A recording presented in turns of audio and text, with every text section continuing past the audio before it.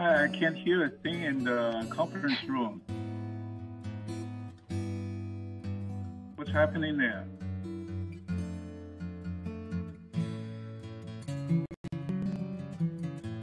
Hello, I can't hear a thing from the conference Corporation. room. It's Tuesday, June 14th, 9:30, and the purpose of this meeting is to conduct the business for the United Board residents under Civil Code 4930, and was hereby properly noticed under Civil Code 4920.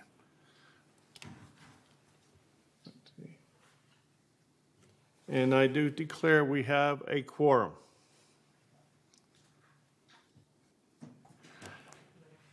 Okay, and media is I don't know where they're at. I don't see them. And then approval of the agenda. What? Oh, I'm sorry. Pledge of Allegiance, Director Akokar, would you lead us in the pledge, please? Repeat after me. I pledge allegiance to the flag of the United States of America and to the republic for which it stands, one nation, under God, indivisible, with liberty and justice. Thank you. You may see.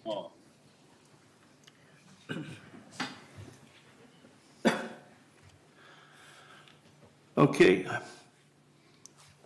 Approval of the agenda. Can I have a motion to approve the agenda as written? Director Blackwell so moves. It's seconded by Diane Casey. The agenda is approved. Let's take a look at item number 5, is approval of the minutes. We have first May 10th, 2022, the regular open meeting, the regular open session of United. Are there any omissions, deletions, or corrections? Seeing none, hearing none, they're approved. 5B, May 20th, special open meeting.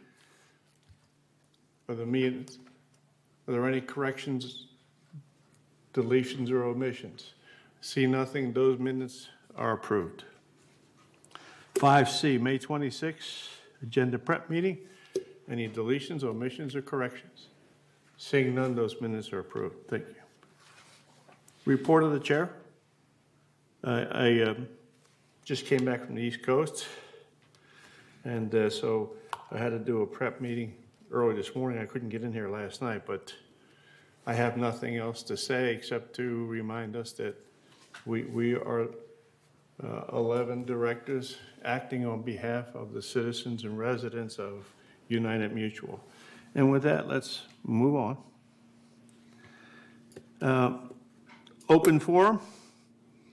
These are time for members of the community to get help here and talk, and anything that's not on the agenda. If you have an item regarding the agenda, you can get up when that item comes forward. Michaela, do we have someone?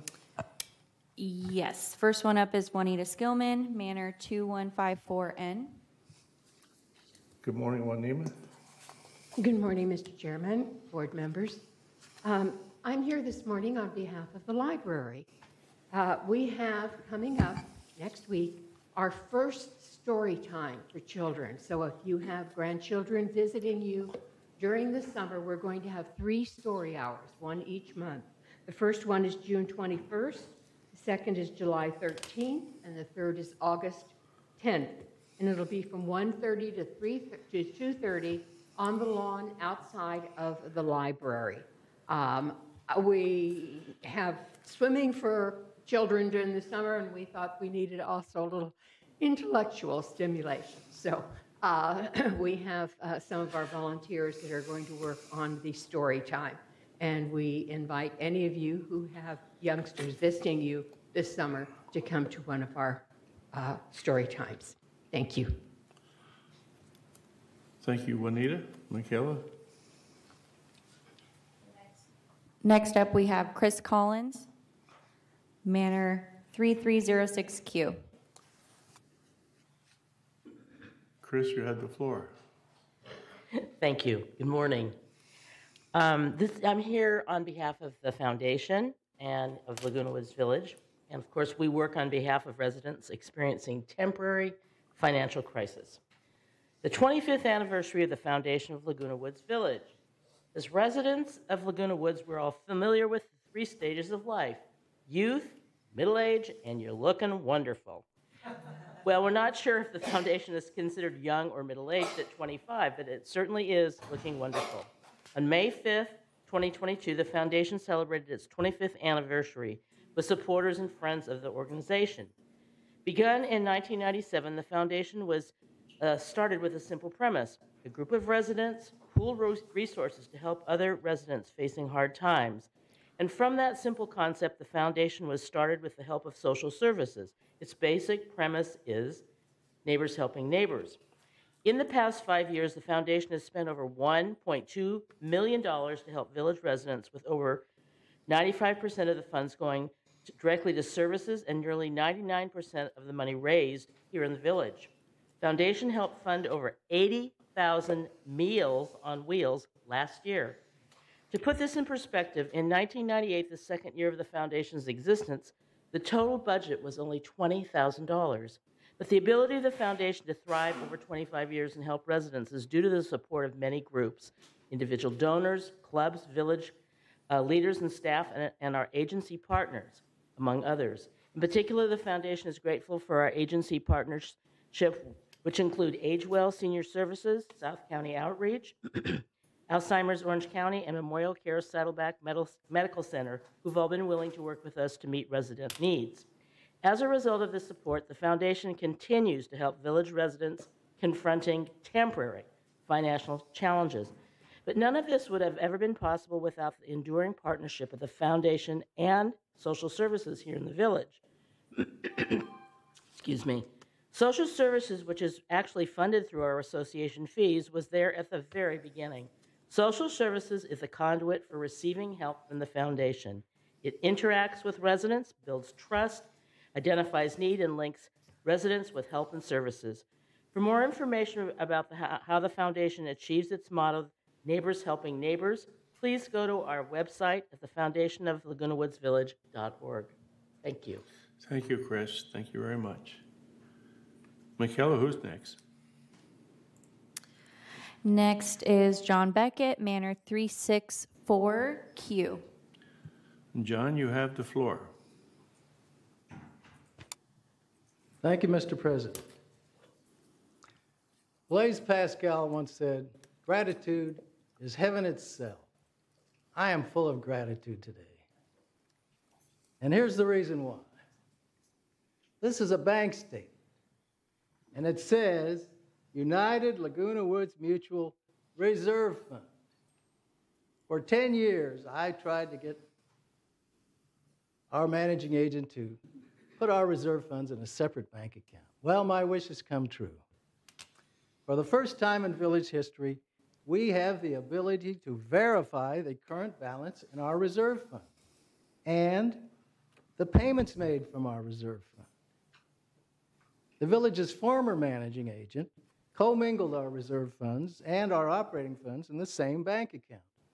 So it was impossible to verify the balance in either fund, and it was impossible to track the payments made from either fund. My hat is off to the directors of this board and the directors of the Sue Margolis board for taking control of our reserve funds. I got this bank statement from the head of the Financial Services Department, who graciously agreed to meet with me and answer my questions. I asked, what happens to my monthly assessment check? Here's my recollection of what he said. First, GRF takes out their share and transfers the balance to United. As you know, your members pay 3 assessments: an operating assessment, a reserve assessment, and a property tax assessment. The Financial Services Department deposits our operating assessments in United's operating account. They deposit our reserve assessments in United's reserve account.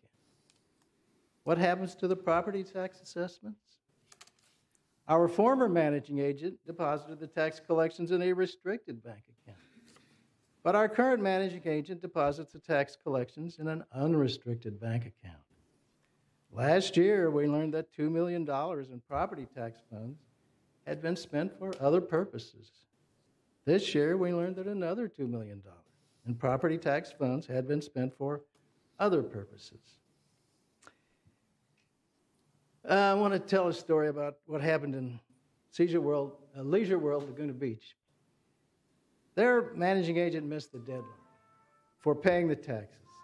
Every homeowner in Seal Beach got a notice of default demanding immediate payments of taxes, penalties, and interest.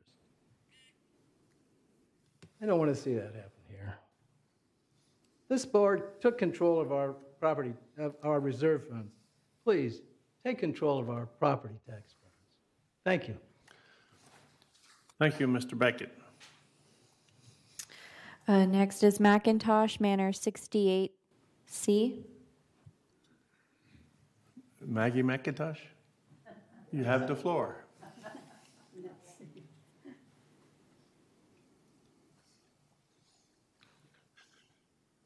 Do I have the whole floor, or what part do I have? You can take all you want, Maggie. I'll take any of it. Good morning, neighbors and all. Wonderful to see all of you here today.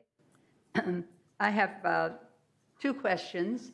Saban last meeting was talking about some money set aside for benches, and I thought maybe I could be helpful in pointing out we've always had two different bench thrusts in this community, two different concerns for benches. One for benches along the streets for people out walking who need to sit down and rest. A lot of people think they're bus benches. No, we don't have bus benches. You can flag down a bus anywhere in the village that it can safely stop, and it will.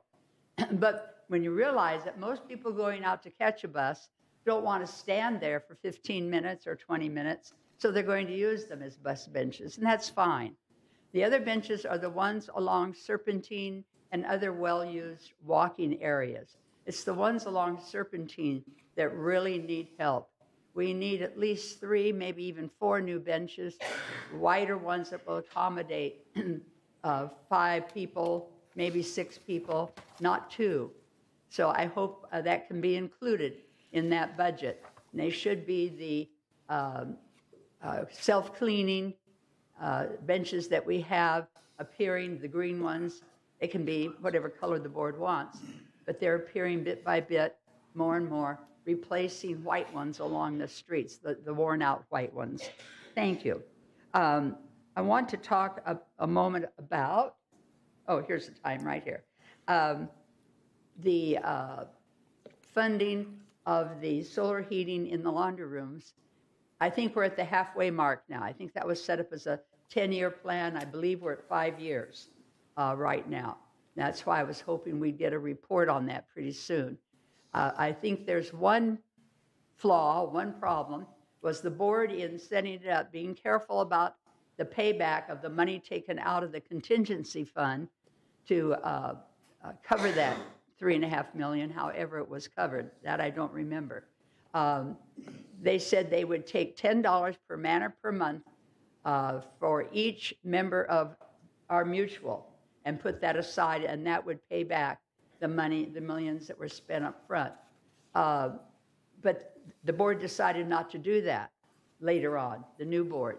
So that money has not been going back into the contingency fund, and I may be incorrect, and I would appreciate being corrected if I am.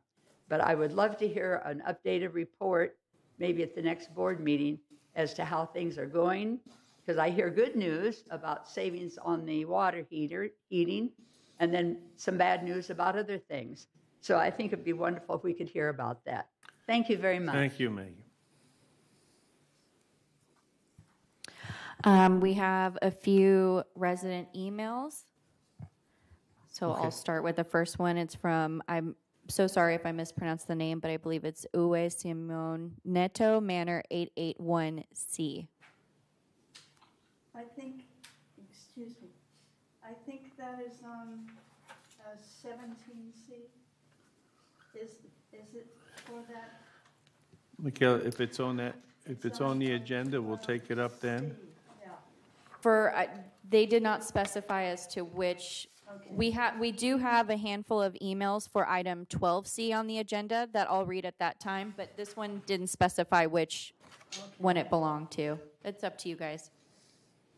Go ahead and read it. Yeah. Okay. They said, on the evening of October 19, 2021, at about 6:40 p.m., a resident showed up at my unit in the company of her 2 dogs, furiously ringing my doorbell. My caregiver opened. A resident howled at her for watering the plants on my balcony, thereby allowing some water to splash on the street and even moistening her car. When I came out of my bedroom, she screamed at me at an even higher pitch, topping her accusations with one of the xenophobic slurs for which she is renowned in our neighborhood. Then I found out from a neighbor that she had accosted another caregiver in the laundry, ordering her to clean the floor, which the caregiver refused to do. All this could be laughed off as a hilarious form of lunacy had it not occurred under difficult circumstances in my family and displayed a xenophobic pattern that must be investigated.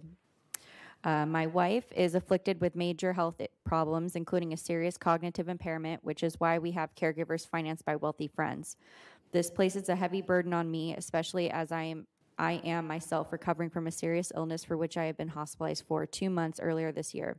My wife and I had been happily married for 59 years, but in this phase of our lives, we need at least the moral support of our neighbors, which we are given amply, except, of course, by this resident.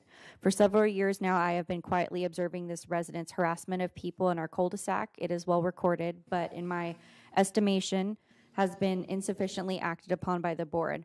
One of its ugliest features is a xenophobia that manifested itself in a number of incidents. One, she accosted me in the street without any provocation.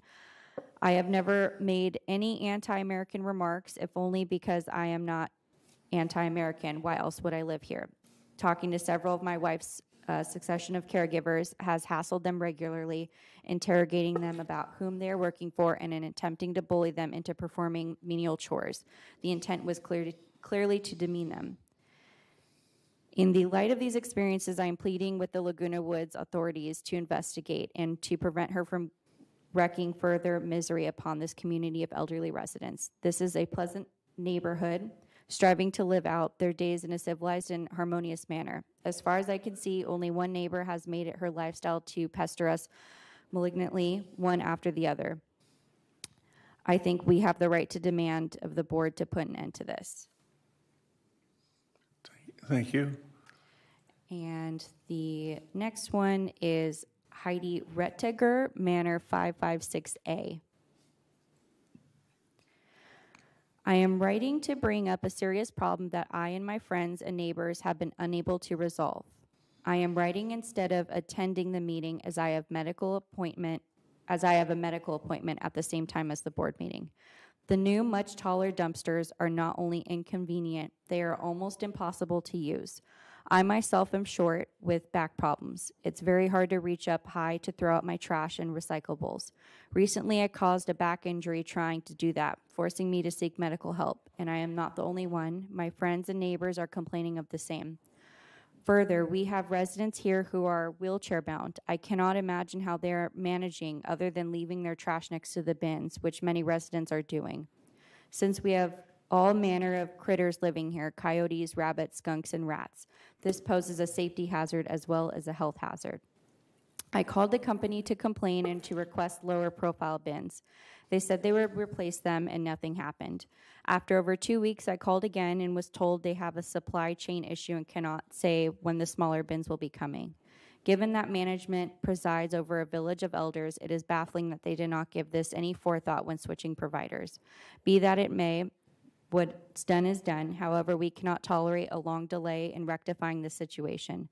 VMS needs to fix this now before more people are injured or before someone has an unpleasant encounter with our animal neighbors, particularly the rats, which carry disease. Since I cannot attend this meeting, I will appreciate a contact from the board letting me know what you plan to do about this. Thank you. And that is all for open forum speakers. Thank you, Michaela. All right. Before we go on with this, I just want to let you, the Director Nita Nardani did call me, so she has an excused absence from the meeting. So, and I appreciate directors doing that. They let me know. So let's go now on responses. Number 8, responses to open forum. Director English, you want to go Point first? of order. Point of order. What's your point of order? What's your point of order? I thought VMS is supposed to answer these questions first. We don't. Well, on my agenda, it says number 8 is responses to the open forum speaker. So we will follow the approved agenda. Thank you very much, Director Torn. We did agree at the last. Well, it's not on here now, and we approved this agenda as written, and we'll follow the agenda as written. Director English. Yes, with regard to the last speaker, whose name I don't recall, I have to agree with her totally. I tried to put the garbage in where I'm supposed to, and it's way up high. And what I ended up with was an awful mess all over the place that I had to get down on my hands and knees to pick up and put it in the garbage. So we definitely need something to happen with that. Thank you. Thank you, Director English. Okay, any other directors? Siobhan? I do have Robert Carroll, the General Services Director here. He can address the taller bins as well as the benches on the Serpentine Walk. Okay, Mr. Carroll? Good morning. Morning. Yes, in regards to the taller bins, you may recall from previous updates that when CR&R took over the trash contract here in the village, and what they did is they evaluated what bins were available on the market to purchase for this contract. The bins that were available are the taller bins that you currently see. The lower profile bins aren't available to purchase on the market, so they provided those in the village to get the contract started. And in order to address that problem, what they're doing is they're buying raw materials and they're manufacturing their own bins. So at this point, they're manufacturing the lower profile bins and we're rolling them out throughout the community as people call in and request them. So there is a solution. It's not a perfect situation, obviously. We do see it as a problem, and we discuss this issue, this item on a weekly basis with CR&R, and we're getting the bids rolled out there. And in response to Ms.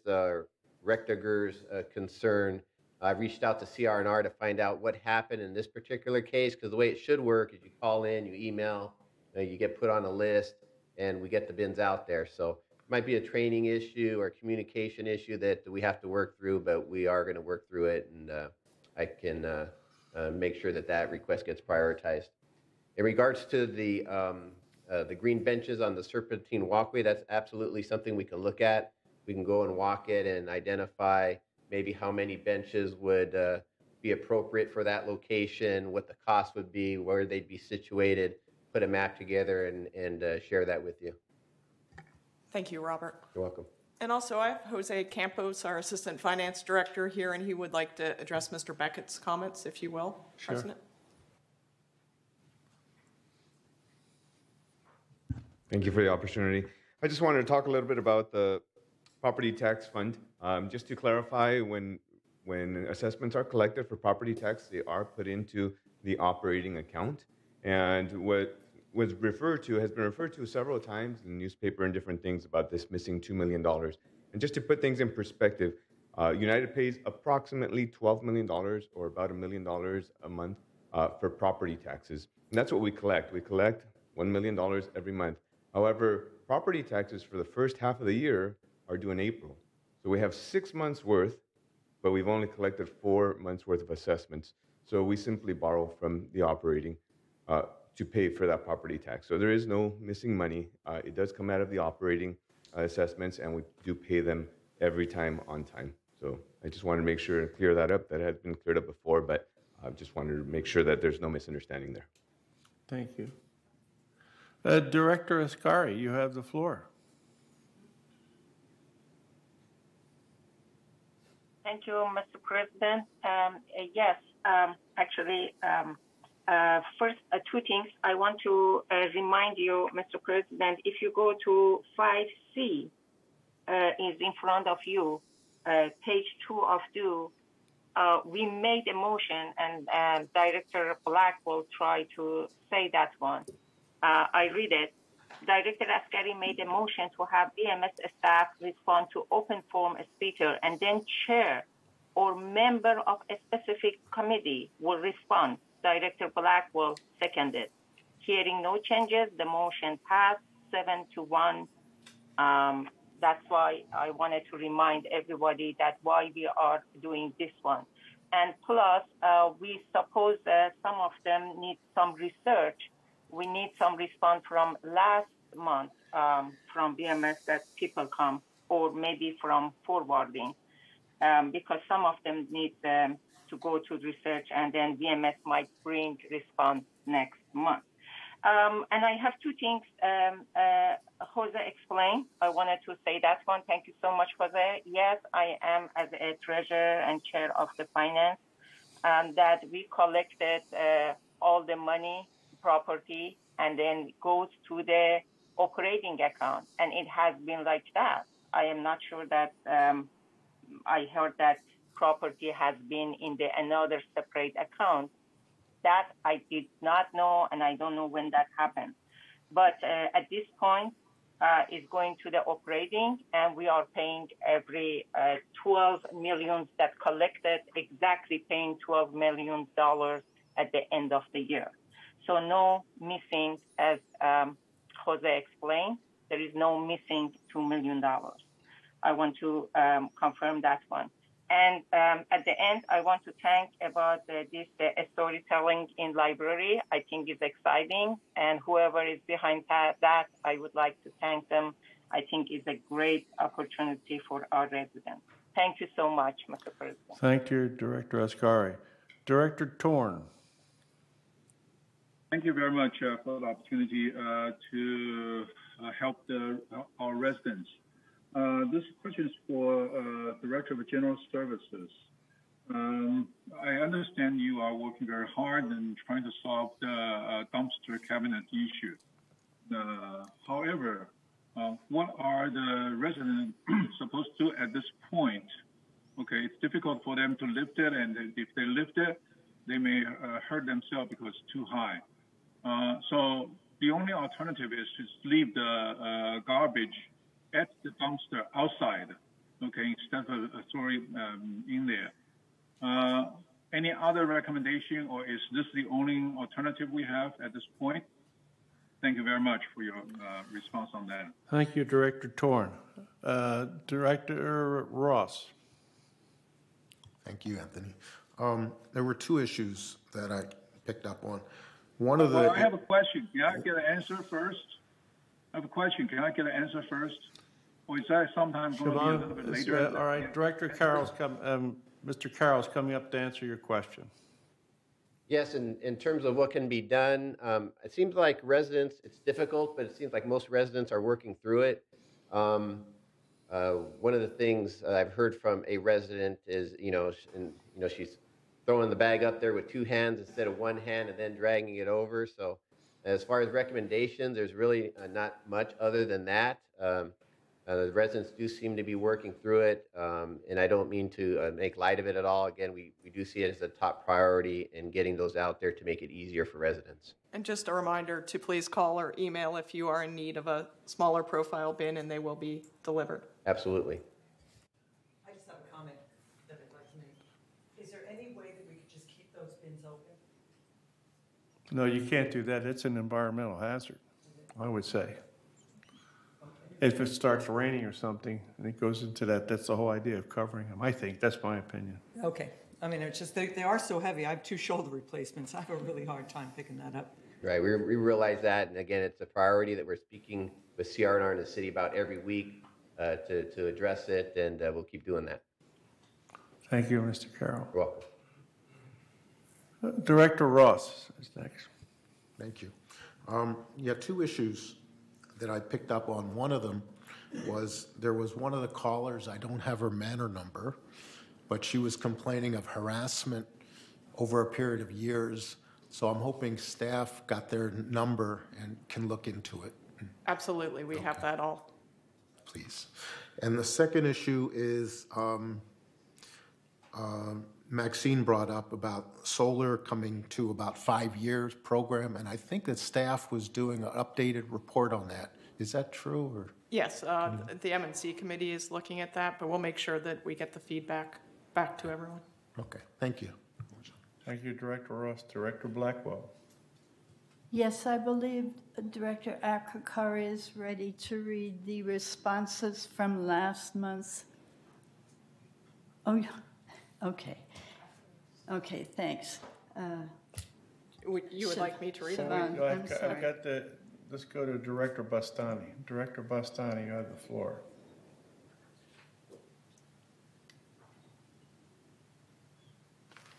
Hi, can you hear me? Mm-hmm.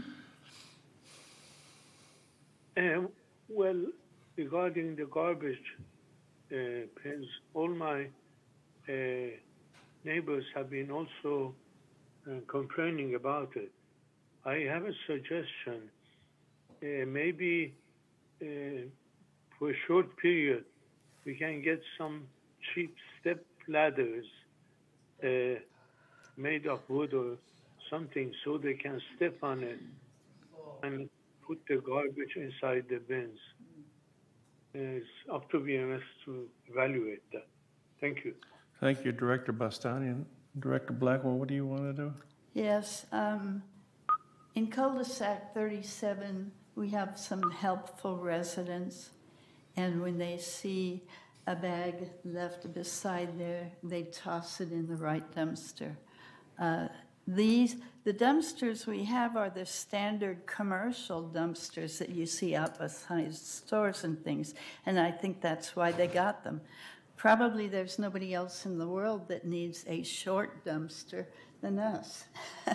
And so they were caught by surprise thinking they needed a big one, and so they bought all the standard size, and so they've got a plethora of those now, and what we need is a shorter one. So, but in cul-de-sac 37, there are several strong and tall guys of any age who just see if a bag or two is collected out there, they just toss it in the appropriate place. It's okay for them, and that's their good deed for the day for the rest of us. Thank you. Thank you, Director Blackwell. I have only one comment. In my last life in operations, ladders were a big problem because there's a lot of exposure there. I'm not saying don't do it, but give it some good thought before we do it. Any other comments? All right, let's move on and follow our agenda.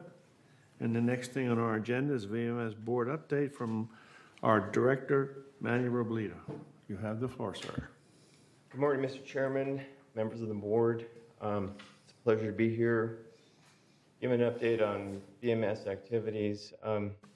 Today I'm going to focus on a little bit on operations and successes that we've had in that area. Not to overlook the important work that's being done in resident communications, manor alterations, insurance, what have you, but in the spirit of gratitude that we heard earlier, let's look at some of the things that are working quite well. So next slide, please.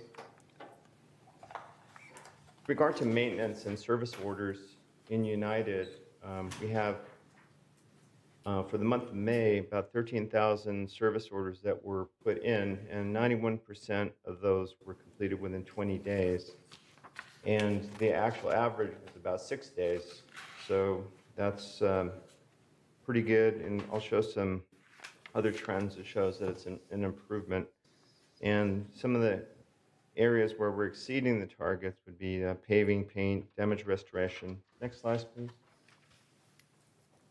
So here's I'm not going to go through each line, but here's an example of the different things that are tracked and how quickly that they're being completed, 3 to 9 days. Next slide, please. And damage restoration does stand out as the higher 20-day one, but there is quite a amount of work to do with that. Next slide, please. So that's the work that's being done, but then we do survey the residents to see how we did. And the survey sent out electronically, and I think they can do it in person as well, but at least from my experience, send out right away after the work's being completed. and it's rating from 1 to 5 stars. And we're experiencing like a 24% response rate out of the 9,000 surveys that were sent out. About 4% were responded, and VMS staff does look at all negative comments and is responsive to those. Next slide, please. So for May, in all the categories, we're well into the 4s. 4.5 is like the average. So for the overall experience, looks like we're about 4.6. How was your maintenance experience? 4.5. Next slide, please. Time to respond, 4.5. Employee courtesy, 4.8. Whether expectations were met, it's right around 4.5. So as I said, it's good news. Next slide, please. In addition to the work that's being done in the village for United, we have customer service walk-in statistics that we track, and looks like it's running about 6 minutes, so our staffing is able to get to each customer that walks in within 6 minutes. And that's within our goal of a less than 10-minute wait time and less than 8 minutes spent with each customer. Next slide, please.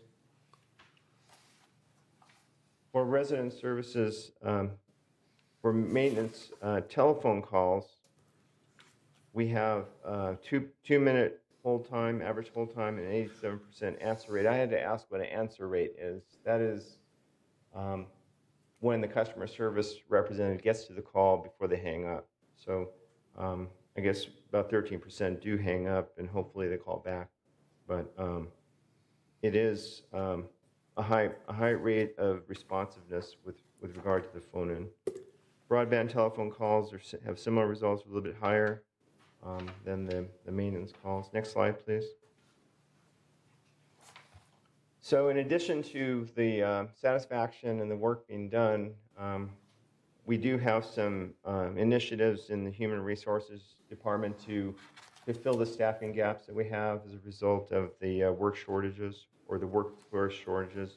So we've incorporated some things like ZipRecruiter, Craigslist, Hispanic newsletters, college and Parks and Recreation outreach, and also increased the number of opportunities that can be for part-time workers for our residents. Our bylaws prevent residents from working full-time, but we've kind of broken up some of the jobs to allow part-time workers to work the jobs that are difficult to be filled. So then finally, for retention and for recognizing the workers that we do have and the good work that's being done, recently we had an employee recognition breakfast, and it was very well received, very successful. After COVID, it was discontinued because of COVID, but now it's back. Next slide, please. So here's some statistics with regard to processing resales and the efficiency there.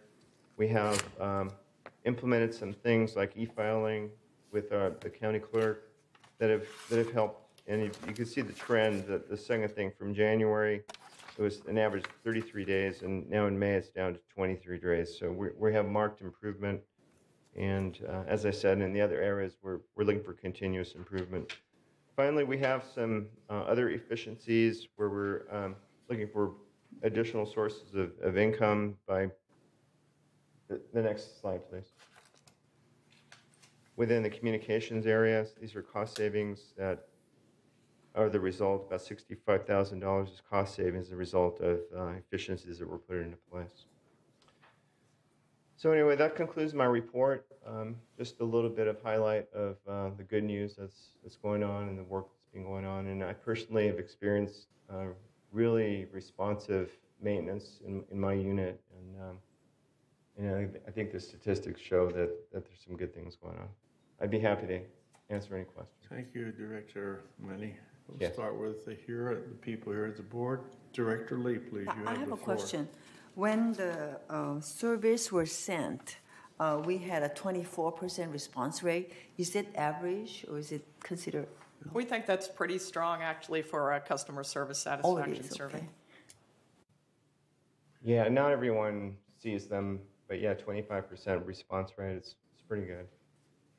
Thank you. Director Ross. So this is very impressive. Thank you very much for preparing it. It's a good report. My question is, in the United completed service orders, year-to-date through May, the first chart, it shows really good results through May. I'm just wondering if that trend is getting better over January, February, March, and April to get to May, or and simply you could complete a chart showing what the results were in January and February monthly, and it would show the numbers going up or down. That would help clear that up. May I ask our... We can certainly do that moving forward, and thank you for that feedback. We're trying to refine this process to be as meaningful to you as possible. I think it's safe to say the trends have been pretty static as we've moved through the first 6 or 5 months of the year. Okay. But we'll do that moving forward. Thank you, Lenny. Okay, and the second point is that on the next page where it shows work order satisfaction survey, around 24% response rate, 2,249 responses received, and it says that all negative comments are followed up, and I suppose negative comments mean 2 stars or less. Do you have any idea how many 2 stars we've gotten to January through May of the 2,249? Is it? I'm sure it's a small number. It is a small number. I don't have the exact number. And another thing I do want to mention is that we're starting to track the trends. What do we see amongst those low ratings so we can improve our services? Okay. So we'll report on that the next time as well. Okay. Thank you. Thank you. Anybody else here? Director Ascari.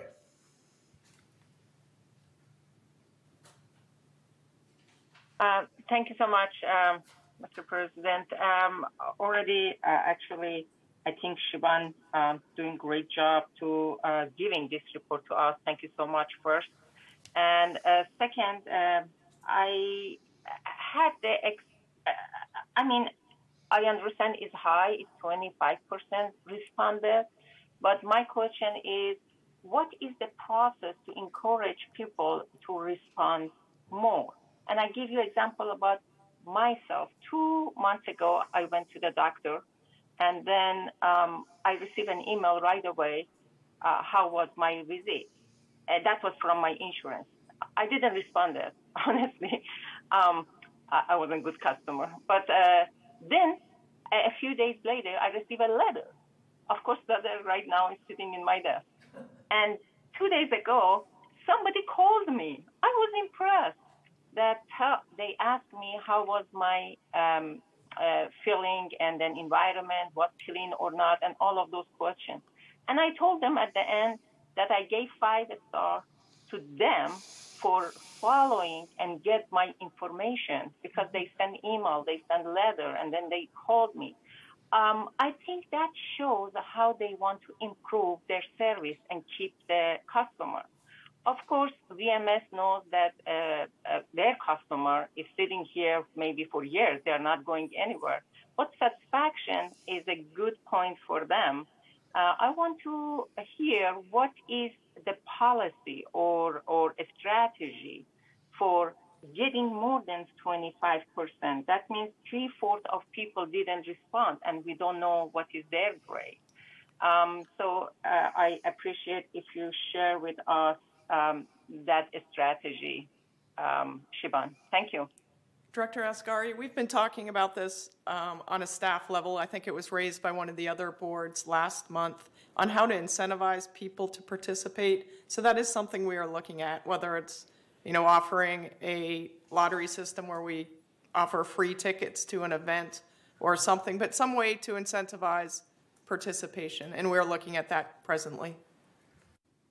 Is it possible education, like in the TV, some program or newspaper or something? That's a great idea as well. Education. Yeah. Thank you. Thank you. Thank you, Director Ascari. Director Torn. Thank you, Chair. Share the thoughts on this VMS practice at this point. I understand there's a good completion rate response to the residents' request. However, I've heard complaints about from residents that they were told that their case will be closed because the ticket is issued to the staff. The ticket will be closed before it's done. And I'm wondering, is that a standard practice or is it some mistake over there? And also there were residents that said that their ticket were closed and nothing was done. And they had to call in and find out. Instead of waiting there, they called in and find out it's already closed. So my question at this point, is it possible to provide feedback to the residents? Okay, this doesn't have to be getting staff involved. This needs to be an email or something automatic voicemail left with the residents and say, we are still following up on your request and we will have an answer pretty soon. Or if it's closed, send an email or voicemail and say, according to our record, your request has been closed, has been completed. That way, if they are not just waiting there, I heard a lot of residents say they've been waiting for 2-3 months. And I'm not sure whether it's still open or not, or it's because it's already closed and they are not aware of that. So is there any way we can have a follow-up on those requests? We do a great job on them. So if it's closed and we send them a message that says it's closed, they will be more than happy to appreciate that they've been notified and they go out and check if everything's fine. Okay, if it's everything taken care of. Okay. Director? The second thing is based on my past calculation analysis that we have more tickets coming in than we can handle. All right. So if there's any trend as far as tickets received each week or each month, and how many of them closed each month, and how many outstanding counts at the end of each month, that will give us a trend as far as whether we have enough staff to take care of things or not. Based on my last calculation, we have, and based on your information, it's 8,600. It's a year. That's 700 tickets a month, but we can only finish about 72 tickets a week. Okay, that's about 280 to maybe 300. So there's no way we can catch up. And what is the plan? Is this still the same way, or have we made improved or not? Thank you, Director Torn. Your time is up. John, you want to respond to that? Yes. Can I see the time? No, your time is up. According to my clock, I'm not up. I'm not. I still have time. You're out of order. You're out of order. You're out of order. With respect to the first question about tickets being closed before the work has been done, we are taking another look at that. What we have been doing is closing those when the work has been scheduled. For instance, tree trimming maybe 2 or 3 months out. And so that is one of the trends that we've observed. So we're taking a look at that and how we can do that better. And then secondly, in terms of trends and having enough staff to do the work and so forth, that is something that we are always looking at, but I don't think we have insufficient staff to do the work. Thank you, Siobhan. All right, Mr. Chair, may I say something? Yes, Mr. Robledo, our Director Robledo, I'm sorry. Go ahead. You got the floor. With regard to the first question, this report was on things that were done and how we did when they were done. I think the first question had more to do with resident communications and how we interact with the residents. And as I said, and when I started this, that some good work's being done. We've identified as a strategic priority. And maybe our general manager can talk about the communications plan that's in the works for that.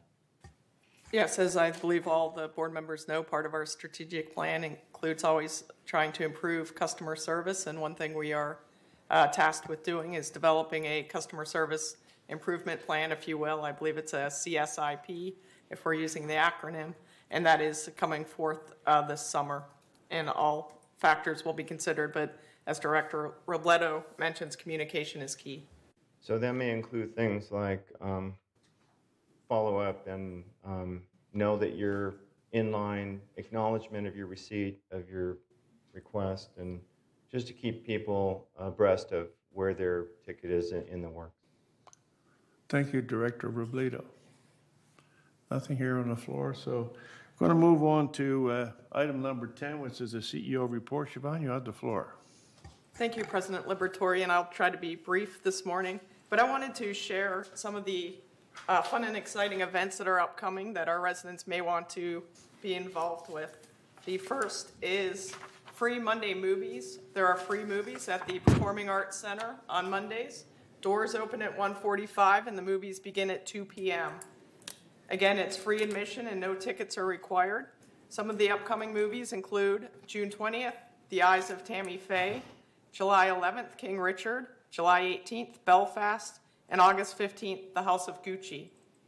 There is a Father's Day brunch on Sunday, June 19th at 11 a.m. in Clubhouse 5. Tickets are now on sale at the Clubhouse 5 office.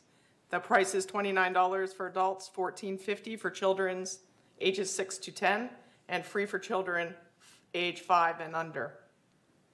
We're also celebrating residents 90 years of age and older, featuring a sit-down luncheon and a performance by harpist Brian Noel. This will take place on June 21st, which is a Tuesday, at 11:30 a.m. at Clubhouse 5. It is free for our residents age 90 and older, and $21 per guest. Tickets are on sale in the Clubhouse 5 office. 4th of July festivities, the Independence holiday is coming sooner than we know it. Please celebrate the day with a golf cart parade, a Stone Soul concert, games, and more. The golf cart parade starts at 11 a.m. at Clubhouse 5 and ends at Clubhouse 2. Parade registration is via the ActiveNet online reservation system. At Clubhouse 2, there will be various festivities. Stone Soul performs, and then resident bands will perform until 6 p.m. There are children's activities from 11 a.m. to 2 p.m. Summer Splash Days is back. Kids can make a splash this summer in Pool 2 on July 8th and August 12th from noon to 4 p.m. The cost is $5 for children ages 2 and older, free for infants and adults. Admission includes swimming, water slide, games, ice cream, and soda. You can purchase your wristband at the Clubhouse 2 office or the Recreation office here in the Community Center. And the remaining events at the Performing Arts Center, all events have been scheduled. This includes July 9th, the Southbound and Company will perform. On August 20th, Queen Nation will perform. October 1st, Who's Zeppelin? And on New Year's Eve, there will be a great entertainment planned. Tickets are available on our website at lagunawoodsvillage.com, or you can visit the PAC box office Monday, Wednesdays, and Fridays from 9 a.m. to noon. Lastly, I have one newsworthy item. The 2023 annual reservation lottery is going to begin tomorrow. You can reserve your 2023 dates at village facilities for your special and club events. Beginning tomorrow, June 15th, you can pick up your lottery cards in the Recreation office or email reservation requests to recreation@vmsinc.org. Completed lottery cards or requests must be submitted by Friday, July 15th at 5 p.m. Participants will be notified of their secured reservations by September 1st. And that concludes my update this morning. Thank you. Thank you, Siobhan.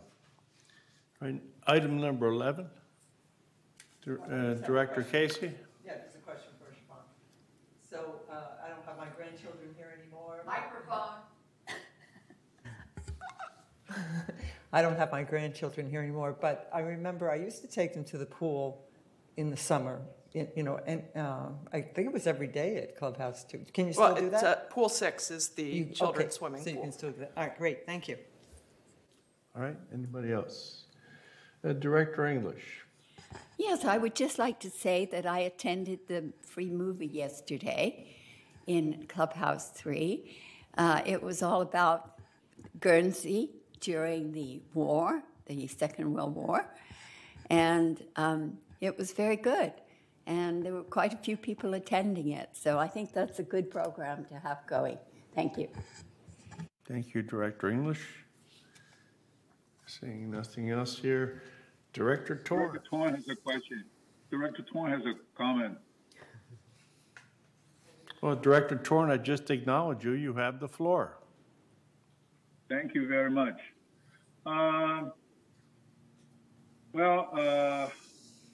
Thank you very much for the report of all the events that Savani just mentioned. I really appreciate that, all the activities that keep us young and active.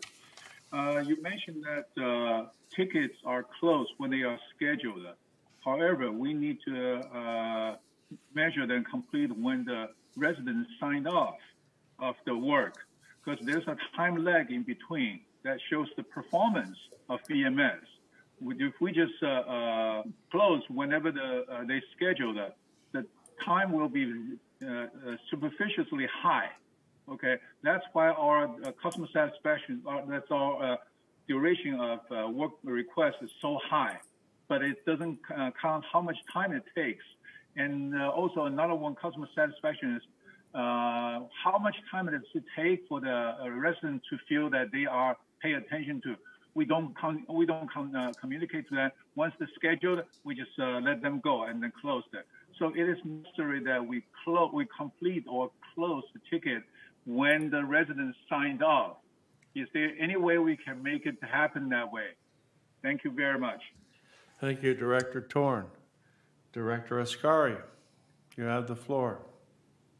May I have an answer on that? I'll let Siobhan answer that. After we talk to Director Ascari, you'll get your answer. Director Ascari, you have the floor. Thank you, Mr. President. Actually, I received a few emails from residents, and I promised them to ask. They ask why Monday movie moved from evening to the 2 o'clock. 2 o'clock is still, they said residents had lots of other obligation and things, and movie was at the evening. I am asking Shiban to answer that one. I am guessing it's because lack of staff that we have, but that was my guess. But I promised them to bring this one up in the meeting, so I hope they can hear me that I fulfill my promise. Shiban, I appreciate if you answer that one to our residents. I would prefer to get you a firm answer from the Recreation Department. Part of my logic, however, is that we had a very successful, we called it Summer Heat Wave series before pandemic, where the movies took place at the PAC during the afternoon to give people the opportunity to get out of the heat. So I will get you a firm answer. Thank you. And thank you so much. Could you deal with the Director Torrance? Director Robledo, and I already answered his question. We told him we were looking at this and that we will report back. It's one of our strategic objectives. So thank you. Thank you, Siobhan. Moving on to item number 11, the consent calendar. Now, the consent calendar are all matters listed on this document, or the consent calendar, are issues that have been considered and recommended to this board by committees for approval. So we can approve them one at a time or look over them one at a time. But since we already have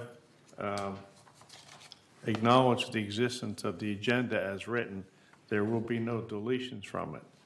So let's do this one at a time then. On A. I move the consent calendar, 1, 2, 3, and 4. Director. And B, A, B, and C. Director Blackwell has moved to accept the consent calendar A through C. Is that correct? Yes. A, B, and C. Yes. Do we have a second? I'll second it. Director English has seconded it. So the motion's on the floor to accept the consent calendar as written. So let's take a vote. All in favor of that motion? I have a question. Can Yeah. I ask a question? You know, the ad hoc committee and the advisors, where is that in Should that be in that consent calendar? Telephone, please. Microphone, please. You're out of I can't order. hear you. You do not have the floor. Now behave yourself. Item 11D is on the consent calendar. It's update committee appointments. So it should be A through D. Okay. So, Oh, I'm sorry, A through D, you're so correct. we don't talk about that at all? The ad hoc No, wait a minute, no. We have a motion on the floor that only goes to A Through D. to C, right? We didn't Through mention D. D. D is on there. Was all of them. Okay, the motion on the floor is what then? All of the consent We calendar. can't hear you discussion. Microphone, please. All of the consent calendar. I moved all of the consent calendar as a whole, as is usually done. Thank you. Out of order. We have an order here to move, we have a motion on the floor to accept the consent calendar as written, A through D. Do we have a second? Out of order, Mr. President. Can I say why? Yeah, go ahead. Mr. President, consent calendar comes, as you mentioned, from committee. Number D did not come from committee. In the prep presentation, we all were there. And because the situation of one director wasn't clear at that time, you mentioned that we put off this one to the next month, and we all voted for that. And when I saw this one here as a consent calendar, I was shocked. I don't know who is changing and who is responsible for putting things. We all were, actually I was in the prep meeting, and we voted for this item goes to the next month until you get back from that director and make sure that everything is okay. So I have a complaint about this, and this should suppose, based on our vote, goes to the next month meeting. Okay, Director Ascari, so there's a very simple solution for that. Just vote against it. Thank you. Well, then, Director Casey has the floor. Director Casey has the floor. Director Casey has the floor. Director Casey. Well, Put on the microphone, please. Michaela said that the ad hoc committee and the appointment of the advisors would be part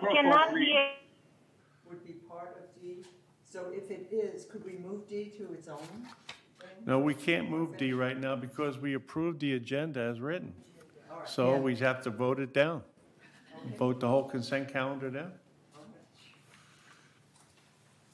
All right, so let's go with the vote. With the motion on the floor is to approve the consent calendar as written, A through D.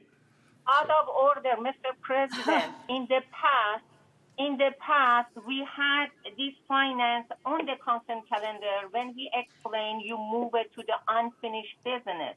There is nothing wrong. Yeah, but you're wrong. Director Ascari, we approved the menu, the agenda as written. It's out of order now to try to move it. It's out of order. Mr. President, so we're going to go on with the vote. All in favor of the motion on the floor, signify by raising your hand. Mr. President, 1, 2, I don't want to be in one committee. I don't want to be in that committee. Please don't force us. All right, let's have the vote from the, we have 4, is that right? 4 positive so far? What's next? 1, 2, Before voting, let me talk. Then, Director Torn, how do you vote? I vote no, because... All right, Director, we have a no vote. Director Ascari, how is your vote? Mr. President, this is not about vote. It is about a vote. There's a motion. If you know Robert's rules, there's a motion on the floor. It's been seconded. We've had debate, and now we're having a vote. What is your vote? No, we didn't have a debate. Mr. President, we didn't have debate. You make the motion. I don't have any problem with recommendation from landscape. I don't want the to motion is a valid motion, and it's been seconded. It has been seconded. Do you want to continue debate? Be from Mr. President, you are going against the law. No, I'm not going bylaw. against the law. I'm the only one here who has any knowledge of Robert's rules or Davis Sterling. So don't tell me I'm going against the law. I know what the law is. There's a motion on the floor. There's a motion on the floor. It's been seconded. We're going to dispose of the motion right now. Azar, how do you vote? You're out of order. Out of order. Let's vote. What's your vote? We have one. What's your vote, Director Ascari? Vote for what? You are not telling us. What's your vote? Vote for what? Vote for what? The consent calendar as it Consent is. calendar cannot be all together. I am yes for the recommendation of landscape. Yes, we I can. am okay with Then you recommendation. vote. Well, you're wrong. A motion has been made on the floor. We're directing on the motion, not on your opinion about the consent calendar. And the motion is to approve the consent calendar as written. Now, we already began the voting process. I have 4 positive votes and 1 negative vote. What is your vote? My vote is I don't want to be in a committee. Director Bastani, what is your vote?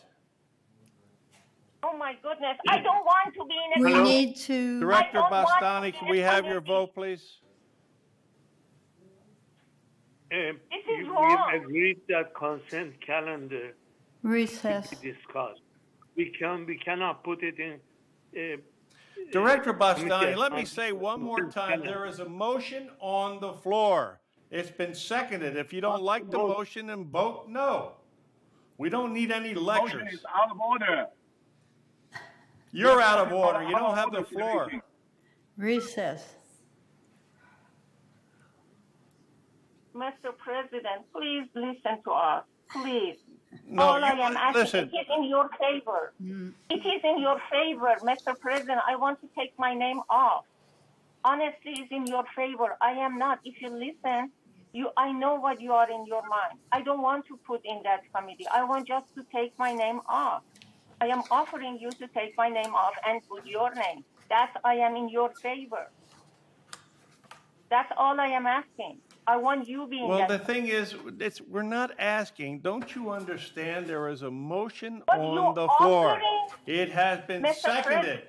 And now we're asking for the vote. What Mr. don't you President. understand about that? Mr. President, the committee appointment is only recommended by the chair. And if we are voting is accept, I am saying your recommendation for me is I don't want to be in that committee. I want you be in that committee. Is it clear what I am saying? I want you be in web committee, and that's the only difference from this one and last one, and I am in your favor. And I am saying you be in that. I don't know how many times I need to say So are that. you abstaining from voting on this motion? I am abstaining for this one, yes, as long as you take my name out Okay. of that committee. Why you are against One this abstention. bylaw? 4 yeses, 1 abstention. What's next? What is that? Well, you have an abstention, and we have 4 ayes, and how many nays? Director Bastani, are you voting or not? Committee assignment should not be on consent calendar. We've Yes. discussed this before. Well, then vote no. What's your problem? It's got to be discussed. Committee assignment has to be discussed. Well, the option is the motion's on the floor. If you don't like the motion, you think it's incorrect, then you vote against it. Please listen. You misunderstood. You're the out whole of thing. order. Yeah. There's a motion Listen. on the floor. There's a motion on the floor that calls for a vote. It's been properly seconded. And we've already started the voting process. President Liberatore, can I go you're over not the listening. There. can I go over the votes just to make sure I have it Yes. accurate? Okay. Go over the votes. So I have Director English as yes. Director Asghari abstains. Director Ardani is absent. I am not abstaining. Director Blackwell as yes. Director Bastani is no. Director Casey is no. Director Ross is yes. Director Akrakar is yes. Director Lee is yes. And Director Torn is no. So the I am no. I am so not. the yeses have the vote. Is that correct? I'm sorry, Do the Mayor, yeses you have were the interrupted. majority? What's the vote? So then the vote would be, let me double check here. It passed 5-3. All right, consent calendar passed 5-3. Thank you. That is very wrong. Take my name off of that meeting. You're out of order. You're out of order. You're out of order. You're out of order. You're out of order. All right. All right, let's move on. Could I make a comment? May I? Yes, Director English, you have the floor. I do believe that by having some people doing the boom stuff and then us doing this here is one of the causes of the problems that we have all the time. And I would strongly suggest that we all get together, and this is where we have the meeting, unless someone's away for a particular sickness or absence. This is 12A. She's speaking to 12A, actually. We Okay. are on 12A. So we move on to item number 12 is unfinished business. And item A, Director Blackwell, would you read that? Okay. 12A says, where there is no legal requirement in the bylaws, civil code, or corporation code for board and committee meetings to be conducted by video conference, or that boards make video conference attended available to directors, there are no laws requiring that. As of April 12, 2022, open meeting of the board directors expressed an interest in conducting future board and committee meetings in person and or by video conference. Now therefore, June 14th today, the board of directors of this corporation hereby authorizes that future board and committees be conducted in hybrid format, allowing for director participation in person and or by video conference by a Zoom or virtual platform. Resolve further, the officers and agents of this corporation are hereby authorized on behalf of the corporation to carry out the purpose of this resolution. I move this resolution, or which allows hybrid meetings. I move this resolution. So 12A has been moved by Director Blackwell. Do we have a second? Second. Director Ross has seconded the motion. Now we'll open it up for debate. Who wants to speak on the motion here? The motion here? Nobody. Okay, Director Bastani, do you want to speak on the motion?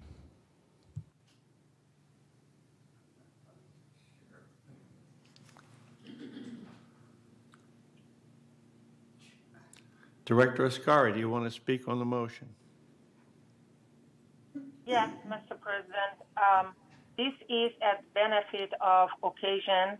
One of them is right now today. The reason, as you know, that I was present there for the this year all board meeting. Today I am not because I had a symptom of the cold, which hopefully be only cold, and that's why I can contribute my duties as director online. If you force me, and if Director English force me, I will drive there and give a big hug to her, and then be in that closed boardroom with you and pass, if by chance, if I have cold symptoms, to all of you. This is a protection for everyone. And going forward, as you know, COVID still is keep going. And if somebody has symptoms, they can be online and do their duties and give their vote, but make a safe place for other people be there. And as she said, is because of the Zoom? No, it wasn't because of the Zoom. Because of some things, if it is against by law, we're gonna defend. It doesn't matter I am in the Zoom or I am in the person. So this is at the benefit for occasion, especially when directors are sick, and it should be passed. My vote is yes for that. Thank you. Thank you, Director Ascari. I don't see any other hands raised. President Liberatore, there is a speaker request. Okay. It's Mcintosh Manor 68C. Maxine McIntosh, welcome to the kiosk. We have heard during many meetings now, people at home and people here speaking, and I don't think that some of the people, the board members at home, realize how horribly they sound. They get a little excited and the voice goes really loud and it constantly sounds like an argument instead of an attempt to reach a good agreement of some kind. I am against this. I think that the state laws, the county laws, the city laws, and our village laws have all been lifted about masks and staying away and staying out of groups and so forth. And you've built in so much protection here. This is probably the safest place a lot of the board members could be any time of the day, is right here in their seats. I think we should have a standard board meeting. We should acknowledge that there are no rules saying that we cannot, that is in the past, that's in history, so that we have a better moving meeting. I think if these people at home, if some of them could hear how horribly they sound, and I'm trying to hear them. I want to hear what they have to say, but it gets all out of hand. And I think when you're in your own home environment, you feel more empowered to get loud and to become argumentative. Maybe that happens, I don't know. But it's not good for the village. Please, let's think of what's best for United Mutual. We really need to have everyone here in their seats, like we've always done. And if you're sick, stay home. But don't use this as an excuse to sleep in later, to not have to get ready to go, and so forth. Whatever may be, I'm not accusing, but whatever may be involved, I'm trying to guess. I want to hear everybody when they're speaking, but I want to hear them here at the board meeting, not in their homes. That's not where board members belong at this time. They belong here. Thank you. Thank you, Maggie. Director Casey. Yeah, I am for this motion. I'm for this motion because many meetings are virtual. I mean, a lot of GRF meetings are virtual, and I'm on a lot of committees just because no one else would step up. And so I attend some meetings virtually, and I think in my landscape meeting, I was in Idaho, and I was able to attend. They're very, very good. Just because some people have bad behavior and overtake the meeting, is not a reason to, prevent other people from attending a good meeting. I was just in the Vms meeting, and a lot of people were on that meeting virtually, and they all were orderly. Nobody behaves like our board. Nobody. Thank you. Thank you, Director Casey. Director Blackwell. Remember, now we're talking about a motion. Right. I do approve of this motion. I feel that we must make our best effort, and it is best for the board, the more of us that can be present. But I don't think being present and being online can be required to be present. It allows so many people in so many instances to make a meeting that otherwise they could not make. I think it's worth it. I think our people need to learn how to behave better when they're not present here, but that doesn't mean that everybody is behaving well that's present either all the time. So the better we get at behaving well, the better this will work. And I believe we should have this so that we have an opportunity to do both. Thank you. Thank you, Director Blackwell. Director Lee. Well, I'm for in-person meeting, especially at least once a month, board meeting. I know that many committee meetings are done online, and and it can be done very effectively. But it seems like whenever we have board meeting on with the hybrid meetings, things get out of order, and we get carried away. We get very emotional. But I think if we are here in person, we have a better idea, and also we have faced our residents here, and I think we tend to be more careful, and we pay attention to the topics, and we can move our meeting more smoothly. So I am for in-person meeting, at least monthly board meeting. Thank you. Thank you, Director Lee. Michaela. There are a few more speakers for this topic, if that's okay. Well, let's see. Anybody here on the board? Okay, let's take those speakers, please. Okay, Yes. so we have... Andre wants to speak. Andre has his hand up. I didn't see your hand up. Director Torn, you have the floor. Thank you for the opportunity to talk about this issue. We are looking at contributions. Okay, we are not looking at the personal appearance. Okay, as long as the contribution is there, that's fine enough. We are all volunteers. We are all retired. Let me remind you, Director Torn, you're not to mention anybody's name, and you direct your comments to the chair, please. What name did I mention? Continue. You have the floor. I want to remind you. Okay, you can remind me everything you want. Anything else you want to remind me? Yeah, behave yourself. Okay. All right. Thank you. That's all. That's all. Please don't remind me anything any further. Okay. So in this case, what we're talking about is the contribution. Okay. We need people contribute, like how to improve the servers, how to save the money. Okay. So when our issues are not related to that, it tends to cause a lot of arguments. Okay. Because it's arbitrary. That's not our fiduciary responsibility. It is very important that everybody, all the board members, contribute to the fiduciary responsibility rather than arguing on issues that are out of order or, we need to follow the same order all the time instead of randomly, this time we follow this way, the other time we follow that way. We have this discussion, okay, but during the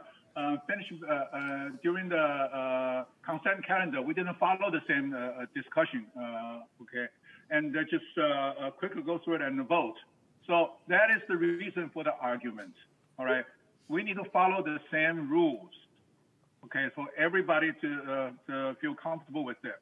Thank you very much, and I hope that from now on we can have reasonable discussions, peaceful discussions, follow the same rules all the time, all right? Thank you. Thank you, Director Torn. No more board members want to talk, so we'll go to the call-ins. Go ahead, Michaela, you have it. Yes, so we have 2 in-person speakers and then 1 on Zoom. So we'll do the in-person first. It's Elsie Addington, Manor 2121Q. Elsie, you have the floor. Thank you, Mr. President, and welcome back, safe and sound. I agree with everything Diane was saying. However, I'm with Pearl on if I were on the board, which I'm not. I'm just commenting as a resident. It's the Zoom thing that I find so objectionable at so many of these board meetings, and it's specifically Zoom, and it's not Zoom's fault, but it's hard to do in person. And I had my hand up. Well, I didn't see your hand up. There's the crossover between Granicus and the Zoom. And if you stop and think, you old timers, in the day before the COVID, if somebody had a health issue, say they were infectious with whatever, or they were in China, say, or on vacation, say, and they wanted to attend the meeting, I know you did it a couple times, Cash.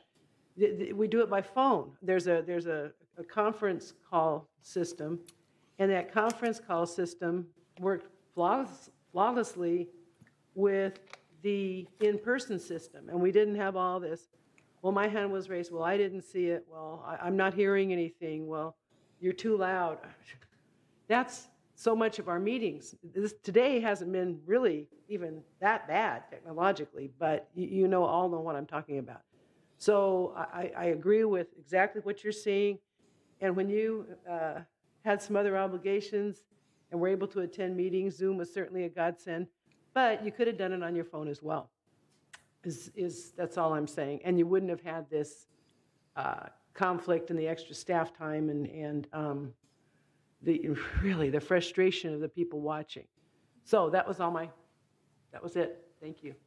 Thank you, Director Elsie Addington from GRF, resident here. And who's next? Yep, Mary Stone, Manor 356C.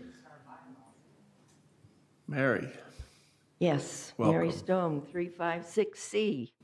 It's nice to see you all in person, and I would like to see all of you here for board meetings in person.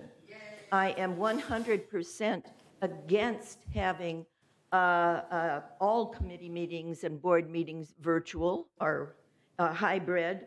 I believe that committee meetings should be done, in either format. However, because the board meetings are the meetings that are conducted as a result of the recommendations and all from committee meetings, I think they should be done in person because it's important.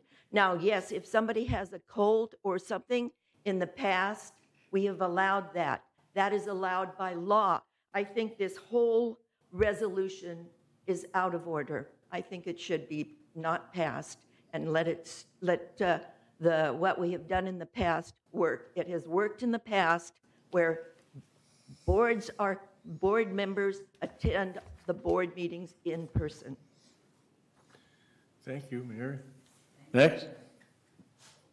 Next up is Richard Rader. I'll pull him in from Zoom right now. Mr. Rader, you have the floor.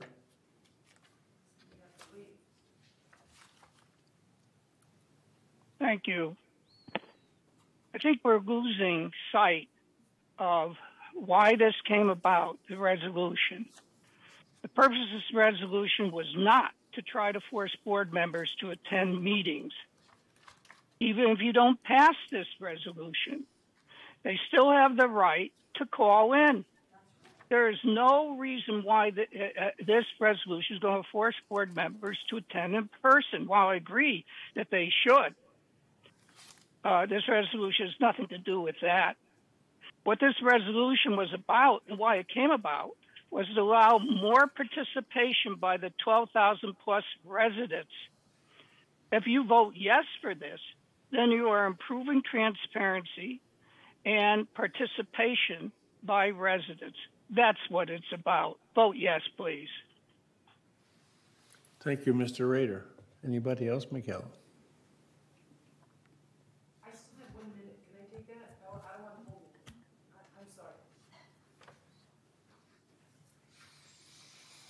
Thought I was done too fast. Exactly to Dick's observation, there's Granicus. Because of course we want our people to, our residents to see what we're doing and listen to what we're doing. And if they can't get here for whatever reason, and that's why this is always recorded on Granicus, right? I mean, I guess if you don't have a computer, that's the only time. What? Tell me. Okay, Oh, that's right. They can't participate anyway if they don't have a computer. So I'm sorry. That's all I wanted to say was residents can always watch Granicus. Thank you. That's what I was going to add. Thank you. Michaela, One thing I just forgot to put in is you'll have to look at our mutual bylaws. The number of meetings you can miss is restricted legally in our bylaws. And since year after year after year after year, that has always implied that you would be here in person. You would only miss if you were traveling or ill. And so you need to check the bylaws. You may be, forced to change a bylaw if you try to pass this. Thank you. Thank you, Maggie. Michaela, do we have anybody else? No, that is it. Are we ready for the vote? Oh, Director Casey. I have another comment. Director Casey has the floor. Director Casey. My comment is sometimes when we have to have a quorum and Anthony is looking for people. They can come in on the Zoom, which has helped with a quorum and keeping a meeting on track. So, I know the last meeting we had an individual that was on the Zoom who was here in the meeting, and he did the same thing in the meeting. And people sent out emails about how horrible our meeting was. So we have to conduct ourselves orderly. And I know sometimes I respond bad too. So anyway, we have to have a decorum. Thank you. Thank you, Director Casey. Director Torn. Thank you for the opportunity to speak on this issue. I think the most important thing is that the law says you have to attend the meeting. It doesn't say you have to attend the meeting personally, okay? So even if with online, we are attending the meeting personally, we just do a different media. So it is a misunderstanding, and I'm kind of confused as far as, all these issues, that sometimes people get confused about the issues related. They just relate them randomly. Okay, the argument is not related to online. The argument is related to conduct the meeting, the president's behavior that sometimes they allow the discussion after the move. Sometimes it doesn't allow the discussion of the move. That's where it caused the problem. So if we made it consistently, I can guarantee you that it will be conducted orderly. Let's conduct the meeting the same way all over the place for every item. Then we will not have this kind of issue. Thank you very much. Let's just focus on make sure they are related instead of your personal fear, or that's too much for the board to handle. Thank you.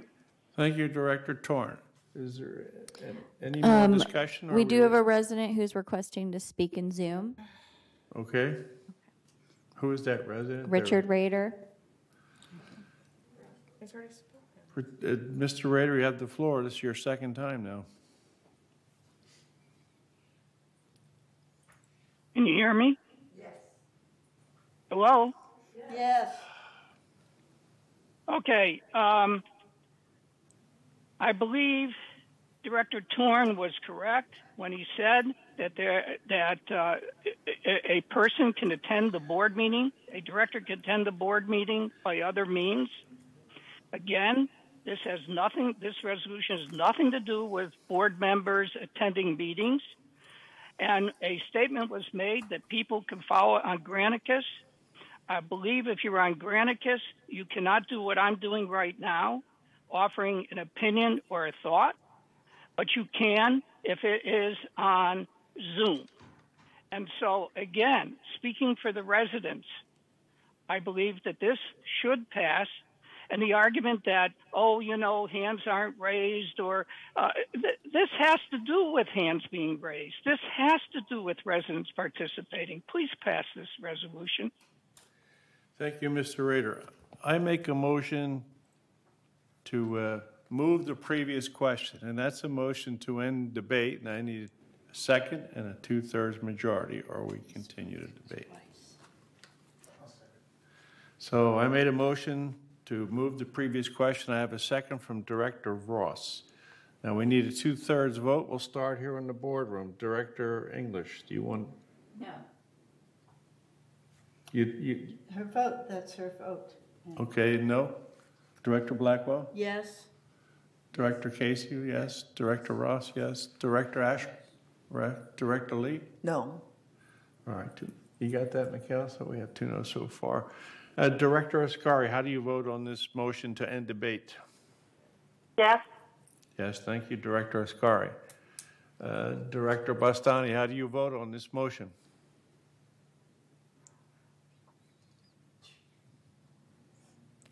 You're muted. Go ahead. Director Bastani, you're muted. Would like to see how you want to vote on this motion to end debate. He's not voting. You're still muted. I vote yes. Director Torn, thank you. You vote yes, and we're trying to give Director Bastani the opportunity to express his opinion on this motion. Director Bastani, if you're trying to get a hold of us, you're still muted according to the monitor sitting in front of me. He's probably in the bathroom. Yeah, right. Oh, thanks for sharing. Absent. Well, Anthony, he's obviously absent. Go ahead. That's it. That's it. He's not. All right, so he's not voting. So, Michaela, do you have the score for us on the vote? Yes, the motion passed 6-2. All right, the motion passes 6-2. Okay, shall we move on now? Right. Let's go to 12B. Don't we vote now? Oh, yeah. No, we should move. Yeah, I'm sorry. No, she's right. I was just, the motion is to end debate. Now we're going to motion, we're going to vote on the motion for the 12A, right? So let's go. Director Blackwell, how do you vote? Yes. Director Casey? Yes. Director Ross? No. Director Cash-Akrakar? Yes. Director Lee? Yes. Director English? No. I think you meant no. Yes, my vote is no. Director Ascari? Yes. Thank you, Director. Director Bastani, still on mute. Director Torn? Yes. Thank you, Director Torn. All right, so we have approved 12A. Let's move on to 12B. And, you know, normally the secretary is supposed to read these, but I'm going to ask the secretary is called in sick, and I appreciate that. I appreciate any director that lets me know that they can't attend the meeting. So who can read B for us? And I only have one eye, so I don't do a good job.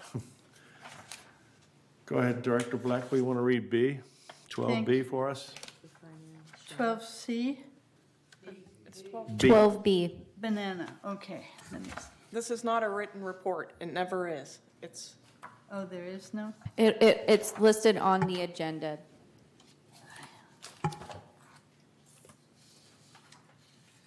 Oh. Oh, yes, this is 5501. Consistent with its statutory obligations under Civil Code 5501, a subcommittee of the board consisting of the treasurer and at least one other board member, that would be Casey, reviewed the United Laguna Woods Mutual preliminary financials for the months of February, March, and April. Such review is hereby ratified. I move this resolution. Your comment, including my name, I'm not one of the... Oh, you're not? Okay. I'm sorry. Who was the other director? Excuse me. Can I answer that one? Yes, Director Ascari, you have the floor. Yes. No, I am in the many session with the CFO, and we are discussing this one, and it will be ratified very soon, next month, but not at this moment. It is in the process, and I receive answers, and it is a processing time. That's all I can say right now. All right, since Director Ascari, since you talked on the motion, do you want to say any more on the motion? We're going to go around the table. I'll withdraw the motion. There is no, Mr. President, there is no motion for this. This is just a ratified. Well, if I remember correctly, Director Blackwell moved it, did she not? Yes, it is on the unfinished business. So I can remove my motion. Okay, you Withdraw can. my motion. You can remove it. So that means next month we will have May, let's see. It would be February, March, April, and May. March, April, May, June. Are we really doing this 5501? Yes, we are doing, it is in the process. They are cooperating. I received answers. We are working on that. Please do not rush, Mrs. Blackwell. So my understanding is Director Blackwell has removed her motion, is that correct? Withdrawn, yes, thank you. Okay. So what do we want to do with this? We're going to send this? Oh, well, now we just withdrew it. So nothing happens to it, it doesn't pass, it'll be, I move that we put it on the next agenda. So you want to put it on the Including- next agenda, or you want it's to a- refer it to committee? Next agenda. It is in the committee, Mr. President. I move that my new motion is to move to move D, wait, is that it? 5501. This is B, 12B. B banana, yes, B banana. Okay, for February, March, April, May, and June, or will we have June? It'll just be February, March, April, and May. February, March, April, and May to the next agenda, next month. Thank you. I believe it's called table. All right, so Director Blackwell has made a motion. Director, who seconded it? Ross. Director Ross. Okay, can we have the motion again, please, so we're not confused? All right. We are moving the statutory obligations under Civil Code 5501 for February, March, April, and May to our next board meeting. Okay, everybody's clear on the motion. I'm sorry, I only have one eye, I can't read these too good.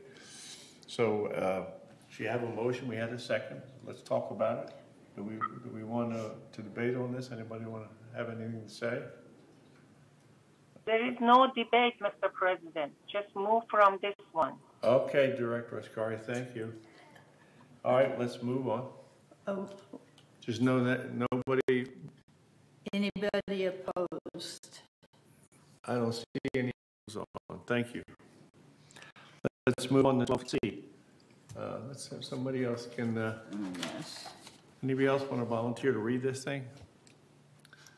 All right, Director Blackwell, All read it, right. please. Thank you. All right, I'm going to the pink page of 12C, page 17 of 18. This is the anti-harassment, anti-abuse, and anti-intimidation policy and charter of the Joint Hearing Body Committee.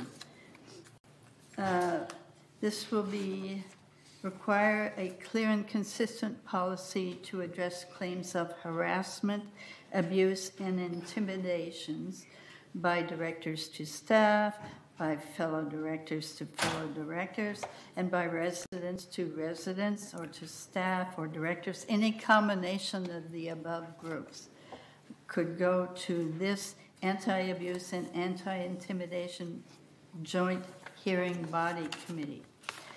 This is intended to provide guidance relative to such behavior and issue a mechanism for addressing same by the anti-harassment, anti-abuse, and anti-intimidation joint hearing body committee. Will enhance the value and desirability of Laguna Woods Village in the interest of all of its members.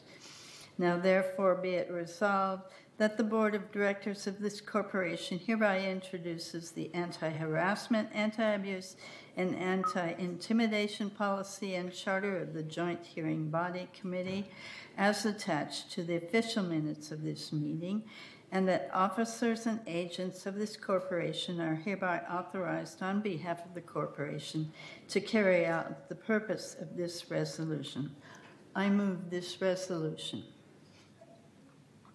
I second. So it's been moved. It's been moved by Director Blackwell, second by Director Casey, and we'll open discussion. I'd just like to say something on this. I've been involved in these things, and what's really important is that Laguna Woods and United in particular, if we go to court, can show the judge and the court that we do have a policy, and we can give them instances where we have enforced our policy. And when you go to court and you try to hip shoot something, you're going to lose. But if we go there and show them that we have a policy and we can show them instances where we have enforced it, it's going to really count for something. So let's go around the floor. Diane, Casey. Yeah, I would say this is like having a mediation, especially if you're going to go to court. It's already been here and mediated, and there's been a conclusion. And so then if it does go to court, they have that decision. Thanks. Thank you, Director Casey. This is important, so I'd like to hear from everybody. Director Ross? Okay, Director Cash Act Record, nothing. Director Lee?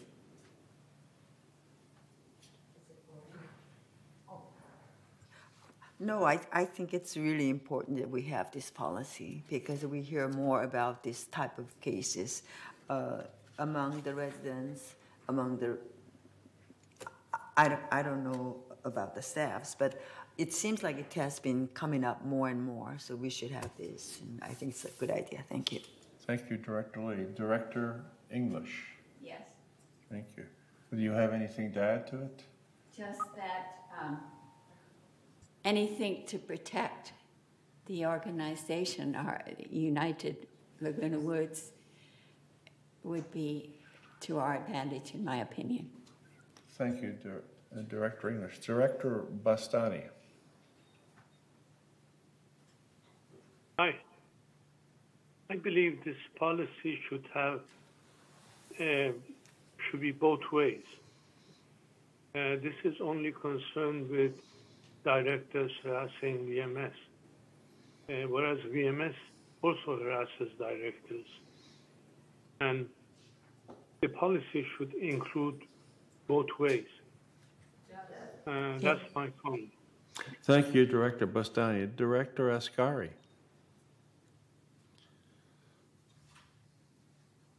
Yes, thank you so much, Mr. President. I agree. We definitely should have a policy, as mentioned by other directors. It's like mediation, and it's very good. No doubt that we should have policy. We already have a policy, but this is a new version. However, there is something in this policy that I read it in the weekend, and I want to share with everyone. And although I am agree with the having policy, but I am not agree with what is in front of us to vote for. It needs a little bit consideration. Number one, if you go to the page, is in the director hands, you have 12C, page 4 out of 18. You can see federal law, definition of federal law for harassment. I am reading. A serious act or courses of conduct directed at a specific person that cause substantial emotional distress in such person and serves no legitimate purpose. This is the key. If somebody hurting someone with no means of question or point or legitimate purpose. However, this is federal law. If you read what they write down in this one, in page 5 out of 18, please go on the top. The last sentence on the top of the page, you can see, it started from the previous page, is a whole paragraph, how definition of harassment is by this policy that should cover all of them. But at the end, there is no such a thing that this must serve if it is no legitimate purpose. This must be added here. For example, if I have a point that, for example, I am saying, this is not happened. Please listen is example. If 40,000 is missing, if I keep asking what is this $40,000, and if I don't receive a response, then I'm going to email and I'm going to keep asking where is 40,000. Am I harassing? No, I am not harassing. I have a point. I want to know where is this 40,000. This sentence is not complete based on federal law and must be added at the end. That serves no legitimate purpose. Must be added there. Number two, that's my number one. Number two, in page 4 out of 18, at the end of the paragraph, last sentence, you can see it says, unreasonable, hostile, and excessive telephone call or email to a resident, staff, or vendor. Same question. What is the meaning of excessive? Is it 4 email is excessive? Is it 3 emails is excessive? there is no definition here. Am I harassing if 4 times or 5 times email where is $40,000? Am I excessive? So I don't know based on this who is responsible, or am I harassing or not harassing? So I am saying this stuff to prevent in future. Okay, This Director Ascari, your time is up. Thank okay, you. can I another time I raise my hand because Yeah, I we'll have two go more around issues. the second time. We'll go around the second time. Okay, thank you. Director Torn? Thank you for the opportunity. I can give you, as far as Director Ascari's example, I can give you an example that I have experienced myself. Okay, particularly this question is about performance evaluation. When it seems like when the performance evaluation is embarrassing to VMS staff, they claim that it's harassment. When I talk about, give you the example, is that I was asking the staff what is their current response, okay, completion rate, and they were just giving me they refused to give me, and when I keep on pressing them for the information, I was accused for harassment. Okay, this is not, it is a legitimate purpose to ask for the information. Okay, that's what our board members is, responsibility. That's our fiduciary responsibility. But when we exercise our fiduciary responsibility, we are slapped with harassment, and there's no reason to explain that. There's no explanation. There's no specific statement. Just say you read the meeting, you review the meeting video, and that's it. All right, and then give me the harassment policy. There is no specific evidence. That's the biggest problem. Okay, the same thing with page 5 of 18. Okay, the last sentence, the last paragraph there. In the middle of it, it states that Security Department will investigate the complaint and will report its findings to the committee. It didn't mention whether the investigation report will be shared with the accused or accuser. Okay, so this investigation report seems to be a secret document. It's not open to the accused or accuser. So there is no way for the accused to say, that's not the case. No, that's not what I was intended to do. And I have this legitimate reason for that. Okay, so there are quite a few loopholes. I don't know how a professional legal counsel can miss that part to the committee. Okay, only to the committee. Why can we share that with the accused? Okay, okay, my internet connection is a little bit unstable at this point. Okay, so my question is, my experience has this been, I've been accused of harassment, but there's no evidence. There's no investigation report shared with me, and only shared with the committee after I exited the meeting. Okay, so that's totally unfair. I don't know where's the members' right in this case that we couldn't share with residents. Okay, with all the people involved, with all parties involved, and besides, if there's a conflict information, what are we going to do for cross-exam? How to resolve this issue? Usually it's through cross-exam. But legal counsel said, well, that's be your words against their words. Okay, so that is ridiculous of your words against their words. Director Torn, your time is up. We're going to go around the second time. Your time is up. Your time is up. Anybody else here on the board want to speak? Director Casey, do you want to speak? Director Blackwell, I'm sorry. All right. Under California law, for purposes of this policy, abuse also includes conduct that creates a hostile work environment as defined under California law. Okay. We also have over on the other side, page 2 of 5, the first dot, harassment is defined to mean a serious act or course of conduct directed at a specific person that causes substantial emotional distress in such person and serves no legitimate purpose. And then harassment is unlawful violence, a credible threat of violence, or a knowing and willful course of conduct directed at a specific person that seriously alarms, annoys, or harasses that person and that serves no legitimate purpose. A request for information as a request for information serves a legitimate purpose. It becomes harassing when it alarms, annoys, or harasses that person.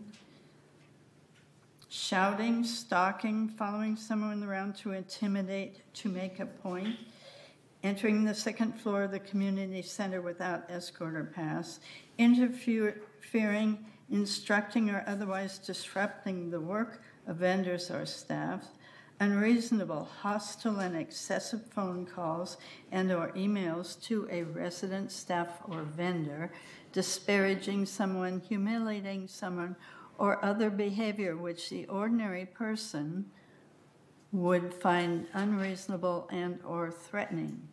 All of these are part of this attachment. So all of these would be harassment under federal law, in California law, and in our own governing documents. Thank you. Thank you, Director Blackwell. And Director Ascari.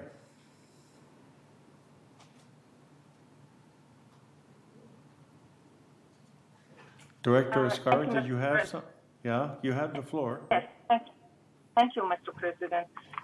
Yes, as Director Blackwell read the whole paragraph, I didn't read the whole, but that's my point. You can see the first sentence of the paragraph that Director Blackwell read says this. This policy interprets and defines harassment in the committee such as, and says all of them except one word, except serves no legitimate purpose. And that's my point. In the law, in the federal law and in the California law, both have this word. But in our law, in this policy, this word is not here. That's what my point. That's what I already answered. I wanted to answer Director Blackwell. However, I'm going to continue. That's what I already mentioned, two things. I am going to number 3. Committee members. As you can see in the page 1218, committee members is 2 directors from the board of the director, GRF United Third. 3 times 2 is 6, and it gave us a even number. I know it's mentioned when it's tied, we are going by the rules of the Roberts Rules. However, why not 3 members from each committee is 9? So we don't need it to all the time have a tie, especially if it is a director. Please understand that committee cannot send. That means if, for example, if it is in the third, only United and GRF, which means 4 directors can be. And it's very obvious if 2 by 2 is tied, it's fail. I suggested 3 members from each committee being that. Always we have odd number, and that's why normally we have 11 people here for 3 in committee as an odd to have higher. That was my other thing. And also, if you go to page 5 out of 18, the last paragraph that starts with a complaint involving is exactly the same paragraph on the above, word by word. That must be deleted. It's redundant. You can read it by yourself. And also in page 6 out of 18, I'm saying as fast as possible these things that I read it the whole weekend 4 or 5 times. There is a 6 out of 18. Paragraph second from the bottom.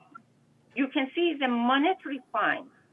The committee has the authority to impose monetary fines and suspect members' privilege, and especially regarding to the board. I understand that if some resident doing something against the bylaw should be monetary, which I have a problem with. That kind of range of monetary is huge, from 25 to 500 must be a kind of direction, because the difference is $475, and that is a little bit tough to know, am I getting $500 or am I getting $25? I don't know.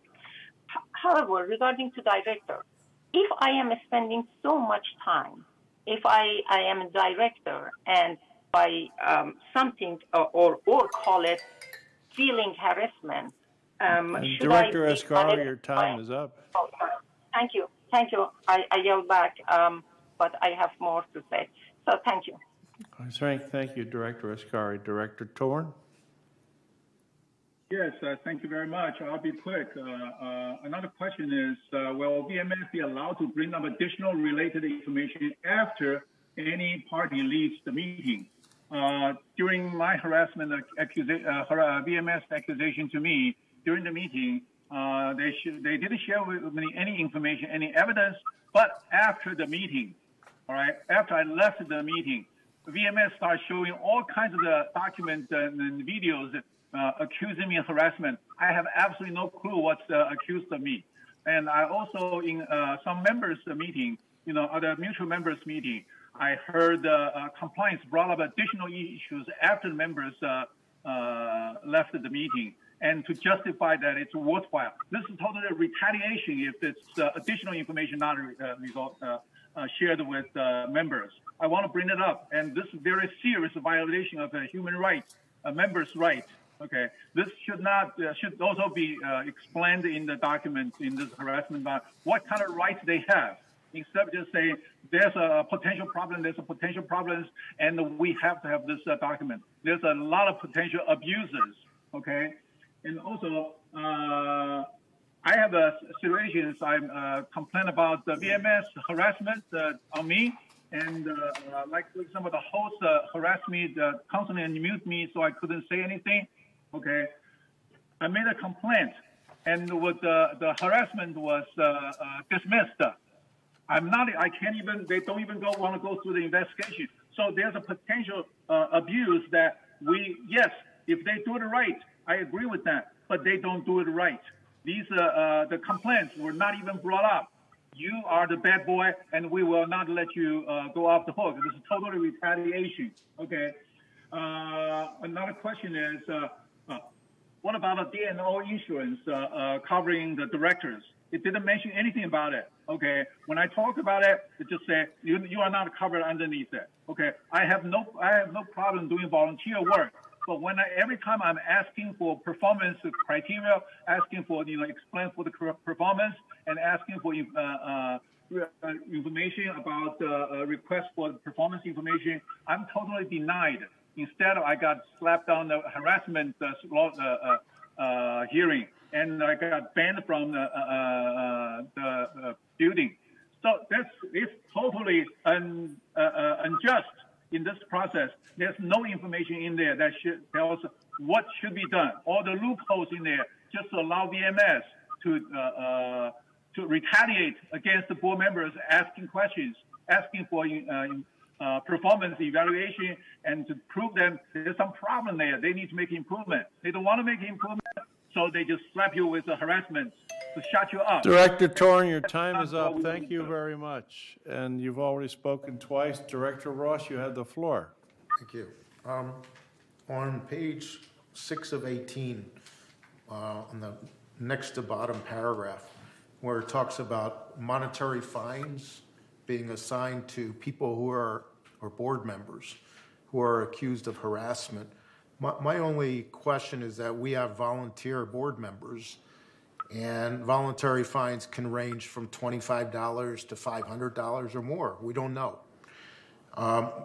I think we have director's insurance. My question is a point whether insurance would pay for any monetary fines. I don't know the answer to that. That may be a question for our insurance company. But that was one point. And then the other point is that Reza brought up about the anti-harassment policy, as it's written, protects our employees against discrimination by board of directors. But in reverse, if the board of directors is discriminated or a resident is discriminated by an employee, I understand there's a VMS anti-harassment policy.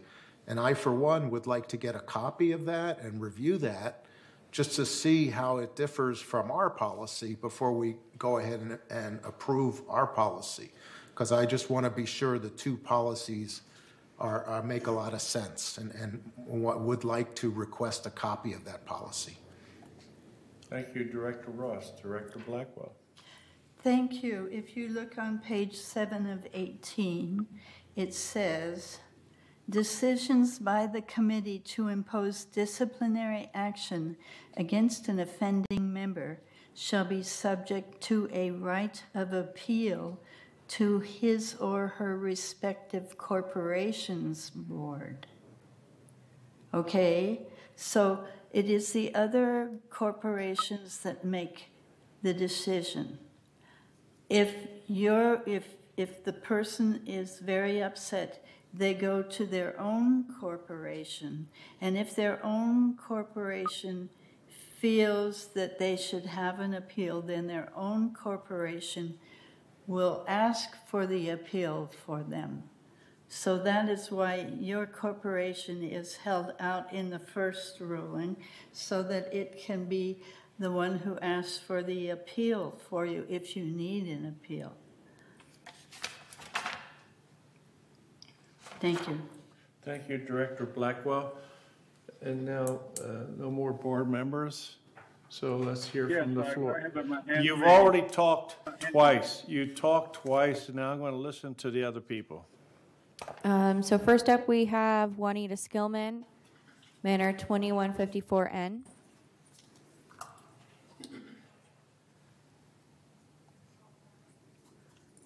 I would like to speak in favor of this and urge you all. It's been years coming. We've talked about this for almost as long as I've been on boards.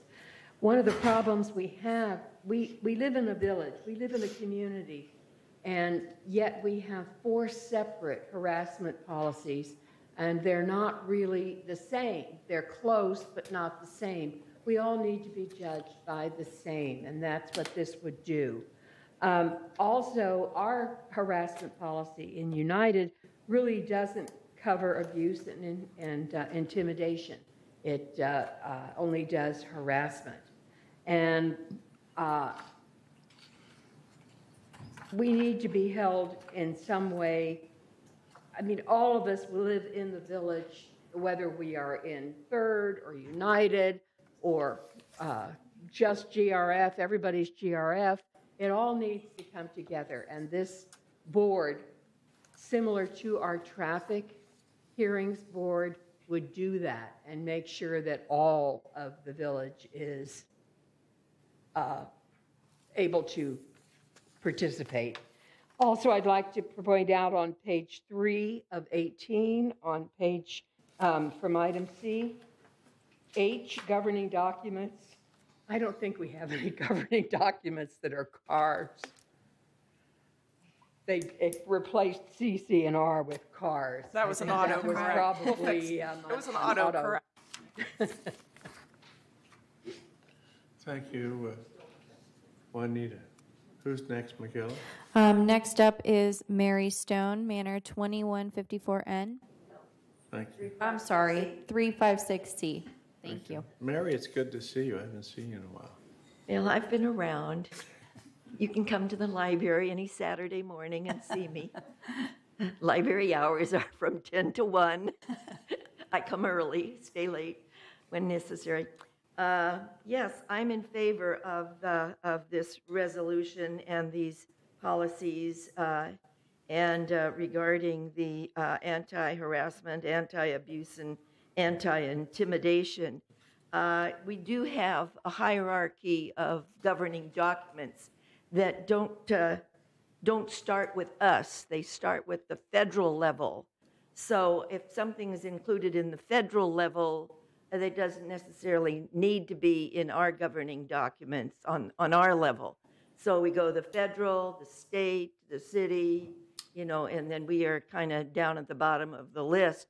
It's good for us to acknowledge the major points of the other governing documents at the upper levels, but we don't have to worry. If something's included in those and we don't have it in ours, that's okay, because we have to comply with the hierarchy of governing documents.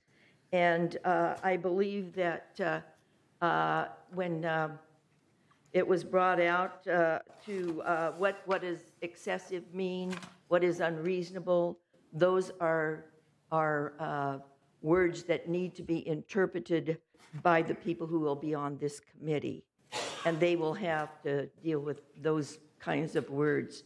And I'm sure there's going to be federal and state cases in which they can find out what is excessive, unreasonable, what is harassment, what isn't. Thank you. Thank you, Mary Stone. Michaela?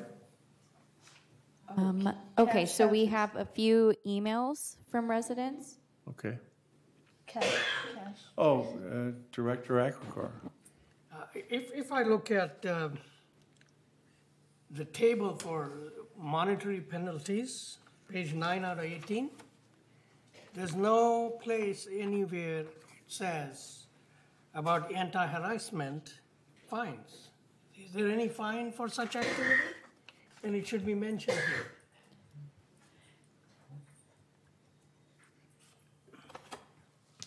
Okay, thank you, Director Akrakar. Do we have anybody else, Michaela? Yes, we do have a few emails that were sent in to us regarding this topic. Okay. So the first one is from Robert McNeese, Manor 8830.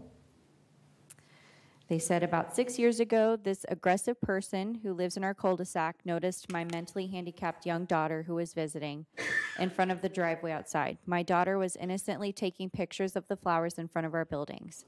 This aggressive person came out of her condo, rushed over to my daughter and yelled questions at her without waiting for my answers. Who are you? What are you doing here? You can't take pictures here, and other intimidating statements and questions. She was yelling at my daughter and wouldn't let my daughter respond. My daughter came back into the house after the aggressive person turned around and left my daughter standing there. My daughter was crying and very upset at this person's aggressive and uncalled for behavior. This was previously reported to the board/committee and is in the board/committee minutes. During the summer of COVID-19, I was in the front of our condo on the grass filling some flower pots for my balcony. The same aggressive person approached me and belligerently as well as offensively said, "Do you have approval to do that?" I said I was putting them on my patio. She combatively said a few other nasty things to me, called me some names, and left. She then phoned security and said I was illegally putting planted flowers in the garden bed. When security got there, the potted plants were safely ensconced on my back patio.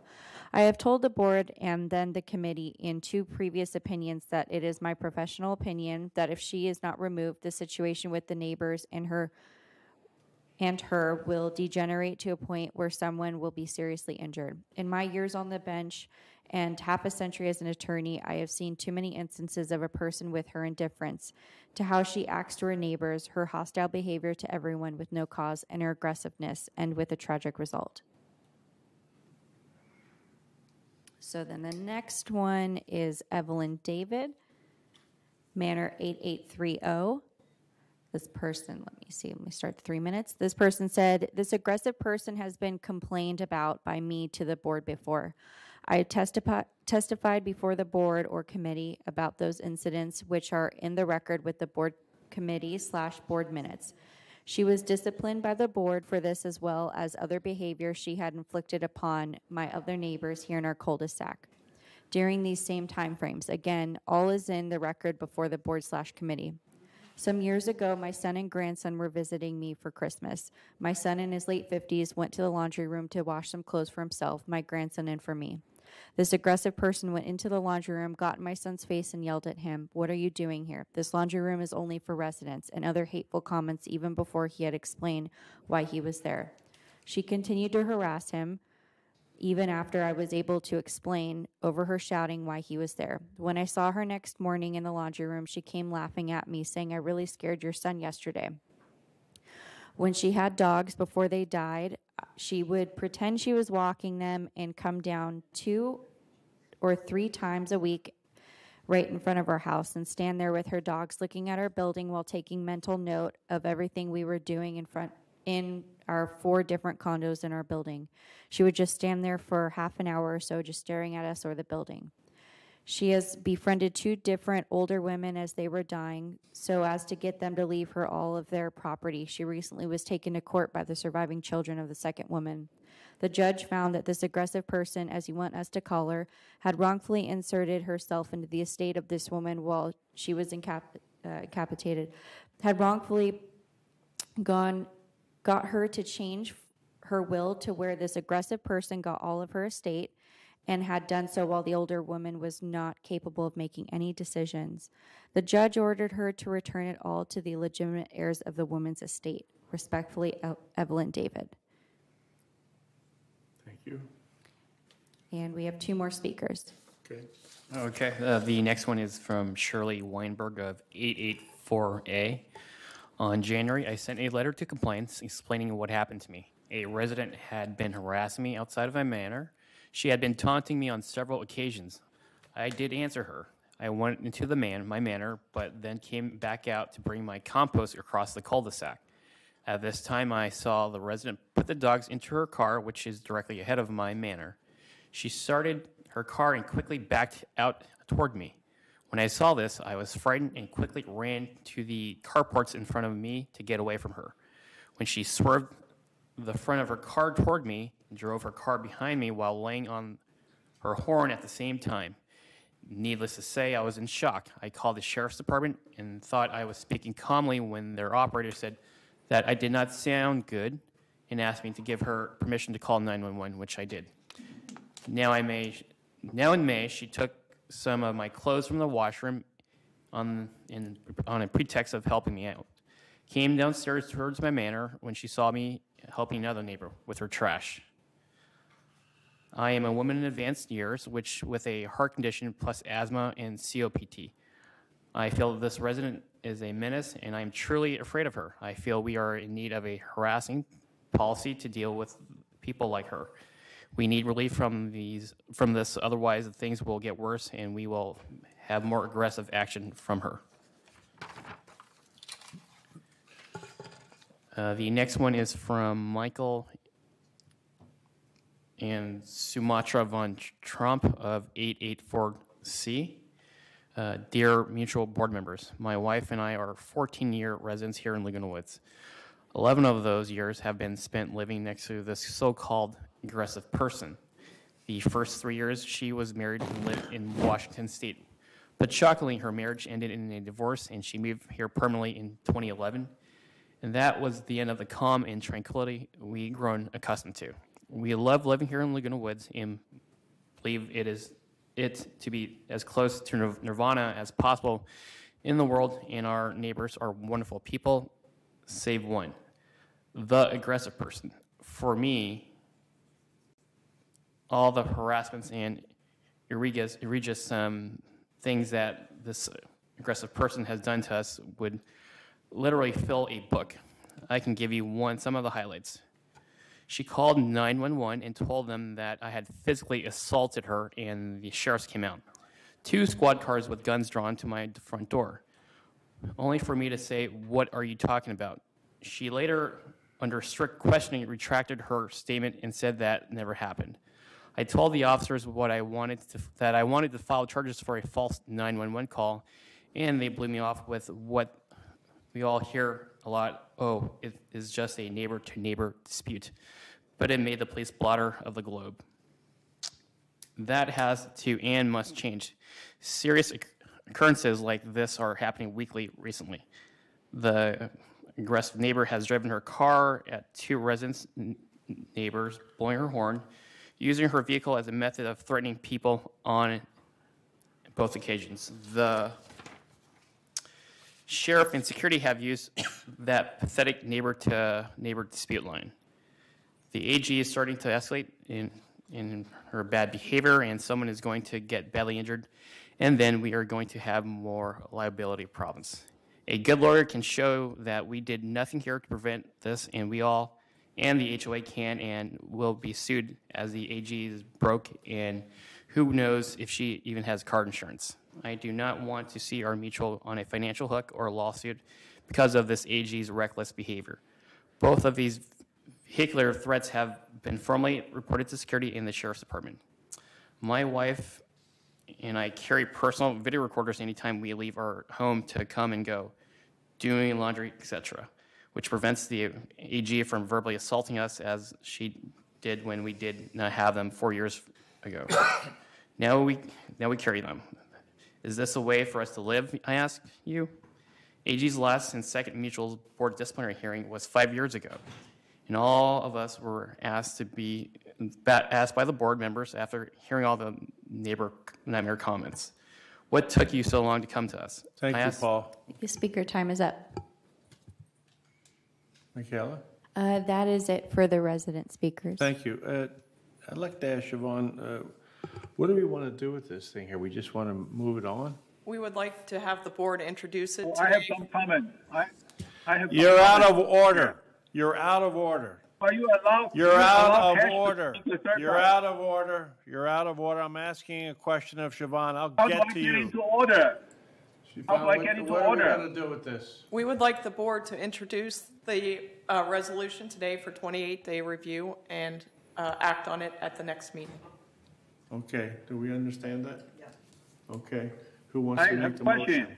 I move to I- accept this for the 28 days and review it at the next meeting. Okay, so Director Casey has moved this to be accepted and pushed on and to abide by the civil code here for 4360. Do we have a second? Yes. It's been seconded by Director Blackwell. Now we can talk about it. Who wants to lead off the discussion? Pat stands up. Oh, Pat? Yeah, I would just like to ask all of us, is this really what we're here for? Do we have to listen to arguments between neighbors and things? Is that what we're supposed to be doing? Because heaven help us if we are. We can't carry on with stuff like this. I mean, this is ridiculous. It seems to me that people in situations like that should either be calling the police or filing a lawsuit of some kind. Anyway, that's all I have to say about it. It just sounds ridiculous to me. Thank you, Director Casey. Director Casey? Yeah, I would say, I think this was just examples. Director Casey, please make sure your microphone's on. Thank you. I think these were just examples of, what they're being presented with. Like even yesterday, I was in my laundry room, and a young man was doing his father's laundry, and because he used all the dryers, when he left to come back, the person who came in and saw they were all filled, he dumped everything on the floor. So he had to start all over. I mean, it's just terrible the way people treat each other. And so we need to have this kind of harassment policy because, we can't take it all to our closed session or our resident advisory.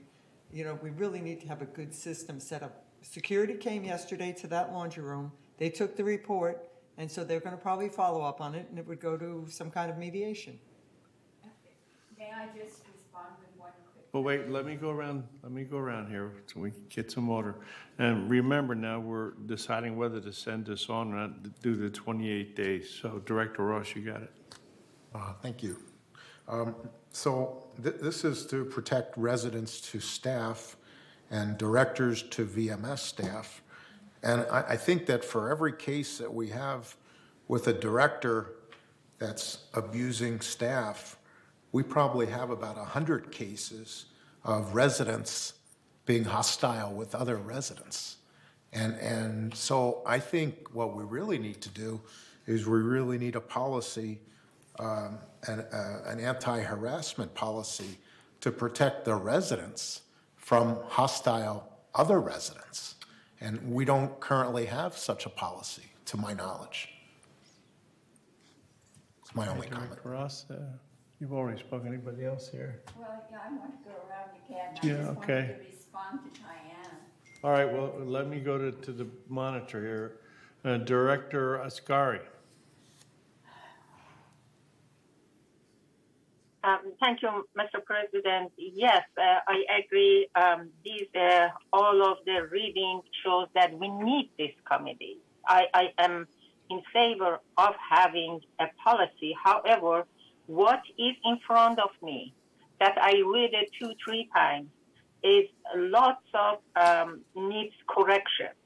So I am against this written policy, but I am favor in the policy to have it. But this must be corrected. So that's all I am saying, that my vote would be no for this.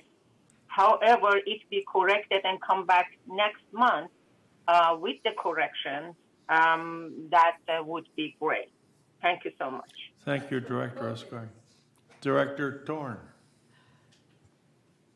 Thank you, Chair. One thing I have a big problem is in the past, I live in many HOAs. None of the HOAs that we have to conform, we have to work with other HOAs, set up rules and the regulations. Every HOA has its own rules and regulations. Okay, there's no need to say just because the other HOAs exist in this community, we have to work with them. There is no such requirements. Okay, so that's one thing. We don't need to have, for some reason right now, to make the things, simplify things, we want all the HOA to have the same rules. Okay, go back to your life. Anytime you, in other HOAs, it's required that stated that you have to have the same rule with your neighboring HOAs. Ask all those HOAs on the neighborhood, okay, next door neighbor. Any one of them that require that they have rules and regulations that match the other one and combine together. There is no such requirements. Okay, I'm not against the rules, but I'm against the loopholes. Okay, if we can resolve the loopholes, we will have a good follow the pretty much the same eliminate the same loopholes. We will have a good harassment policy. But at this point, the harassment policy and anti-abuse being abused. Okay, in my case, I've seen a lot of cases like this against members, against board members. Okay, the legal counsel just say, well, we have, it didn't say in here, so we can do it. That's what they say. It didn't say in the rule, so we can do it. Okay, so that's the problem with the rule. And I'm totally disappointed with the legal counsel. Rather than say, we need to look into it and find out how to resolve this issue, their response is, we don't have this rule, so we can do it. Okay, as far as we're asking about, we want to see the previous policies. I did ask the questions. Where is the policy? You said you're following the policy. Where is the policy? The response from the legal counsel, VMS legal counsel, is this is a VMS policy. You have no right to request it. Okay, this is ridiculous. I can't believe that legal counsel is just trying to use this one to harass board directors. Okay, this is totally wrong. Okay, I am totally against it because the execution of the rule, it's so many loopholes that allow the legal counsel to say, yes, you can do it this way, no problem, because there's no such rule. Okay, I don't think this will be fair to the residents. And also,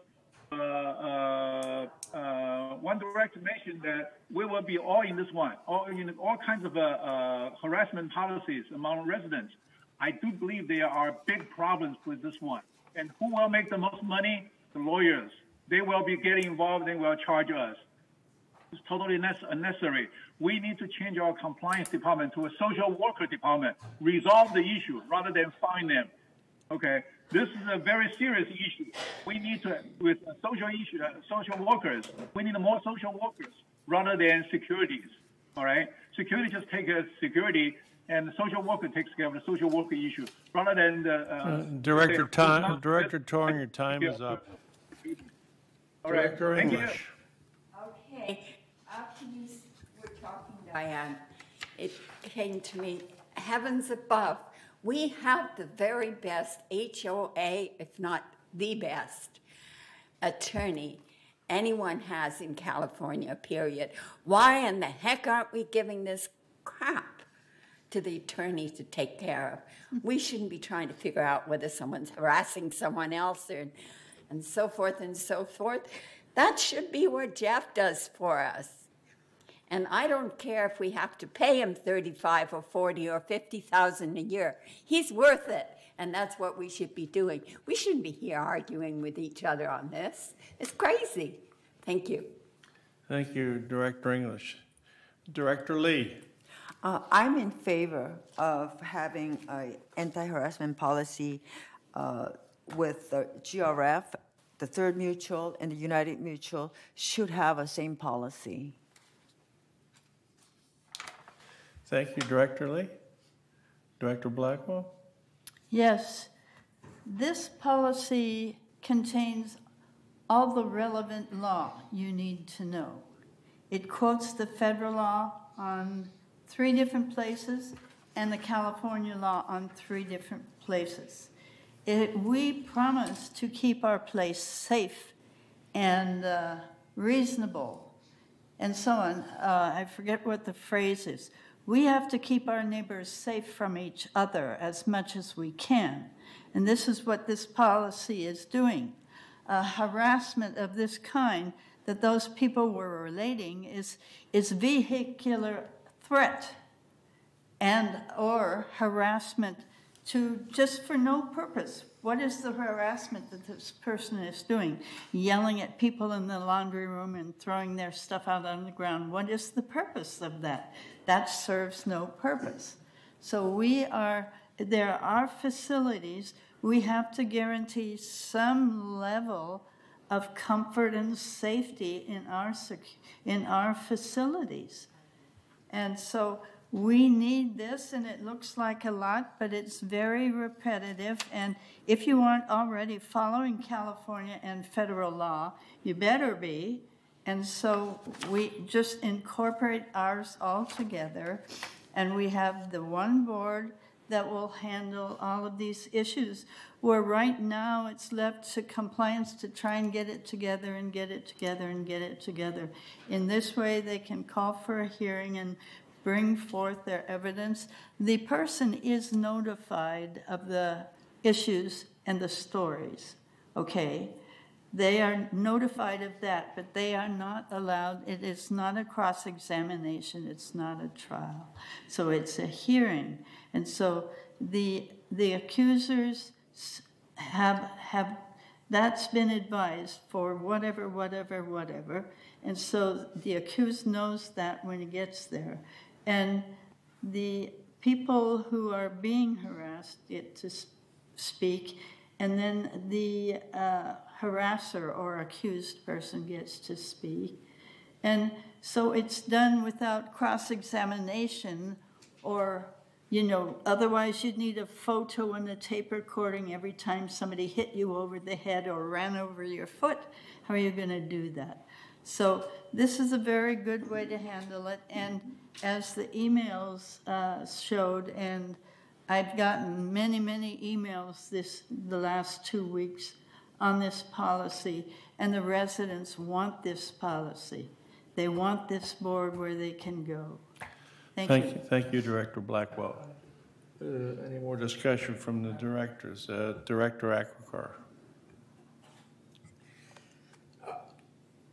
On page 13, this red line in the middle, when the defendant is a board director, blah, blah, blah, blah, that doesn't make sense. Why should the committee members be removed?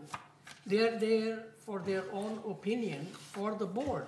This is eliminating members for no reason. What page are you on, Cash? I don't understand the logic in that. Page? 13.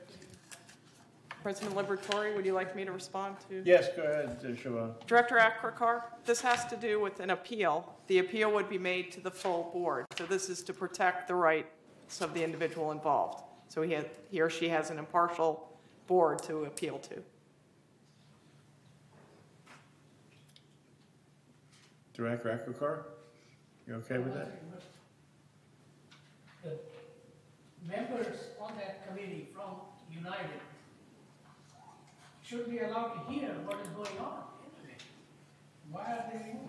So that the individual can have a full impartial hearing with the board that they are a representative of. So if you are, for instance, coming before the committee, you would want to have the ability to appeal the decision of the committee to your respective board. And that keeps that impartiality available to you. Right. Thank you, Director Acrocard. Director Casey? I was going to say, in response to the comment, you know, we have a great compliance department, and you know, I think this is just going to help them more, and we do escalate things to closed meetings when it needs to be. You know, it's for our attorney to look at, but the attorney can't look at all these, you know, hundreds of complaints. You know, that would cost us an arm and a leg. And if I may add, Attorney Beaumont helped draft this procedure. Great. All right, well. Thank you, Director Casey. Director Bastani.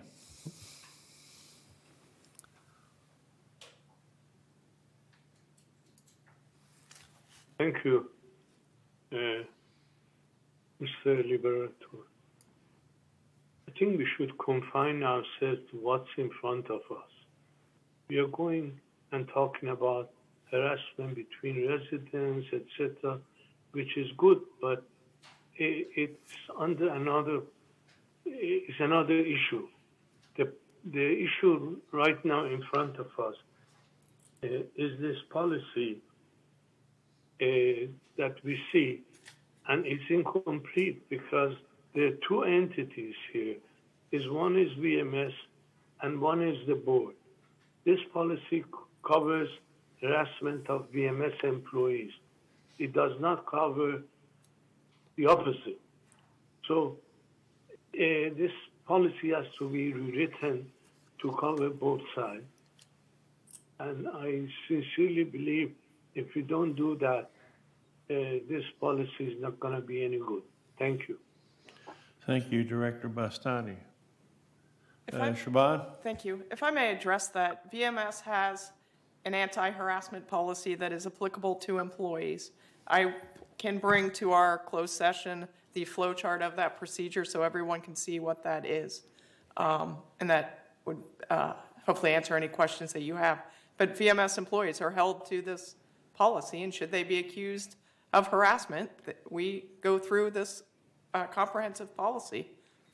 The only difference here is that we're dealing with employees versus everyone else. Thank you, Shaban. Director Ross. May I answer this? Do you want Reza? Okay. I wanted to make a comment about what Director Acrocard just brought up. On page 13 of 18, when a director from United is accused of harassment, the way this is worded, it says that two members of United that were on this committee will not decide on his case or her case. It will only be decided by two members from GRF and two members from Third. If that's true, I agree with Cash, and I think that's unfair. I think that in the case of an appeal, of course, it would be brought before the entire United Board. But in the initial case of the harassment, the two members from United are taken off the committee, and they will no longer hear the case. I think that's what he's saying, and that's not right. That's not right. It should be two members from United, two members from GRF, and two members from Third, all six deciding on the case, whichever board the person is from. It doesn't matter. That's my opinion. Thank you. Thank you, Director Russ. Who is next? Director Bastani, did I cut you off? Are you done? No, I have something to add, if I may. Go ahead. I believe that talking about the policy which will include GRF and Third is impossible to achieve. There are 33 directors in this lot. So we have to confine ourselves to a policy for United, a separate policy. If they agree with it, we can have a common policy. If they don't, we cannot, force them to agree to our harassment policy. So we should confine ourselves to a separate united harassment policy. That's my opinion. Thank you. Thank you, Director Bastani. Director Ascari. Thank you, Mr. President. Yes, I understand that this is after traffic hearing policy that all three GRF United and third have. However, please understand traffic complaint is universal around the world. It's not changing. Red light is red light. Stopping at a stop sign is a stop line. So it's not something we're conflating with each other. But the need of residents for the third is different from needs of residents for the United. And GRF is totally different because it doesn't have even any members or residents under GRF. I am not sure why we have to follow this one. I agree that if it is possible, if Mr. Bowman did this one, make a good one for United, and United can really decide it for that one. That's number one. That I don't think so. It is necessary.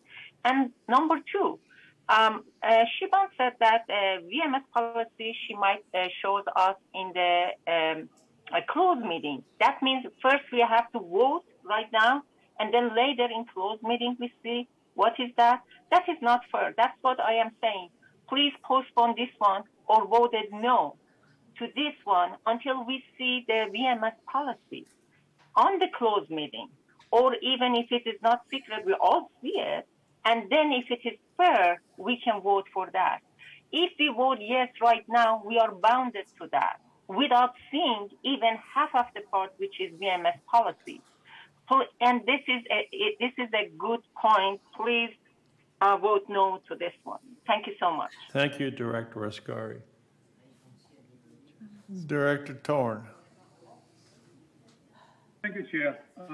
First, I want to talk about this one. When we talk about the performance criticism, we're talking about that you're not doing a good job, and because I'll give you the examples here, and I want more information on that, and the staff continuously refuse to provide further information, and that's created a conflict there. Okay, when the board, it has to be understood that it's board responsibility to get answers. And if VMS staff refuse to give the answer, and the VMS felt that they were humiliated, that's because their performance is bad. Okay, rather than VMS go back to their staff and say you need to provide the information. VMS support the staff's accusation of harassment. That's totally wrong. Okay, that's and this is reasonable for information.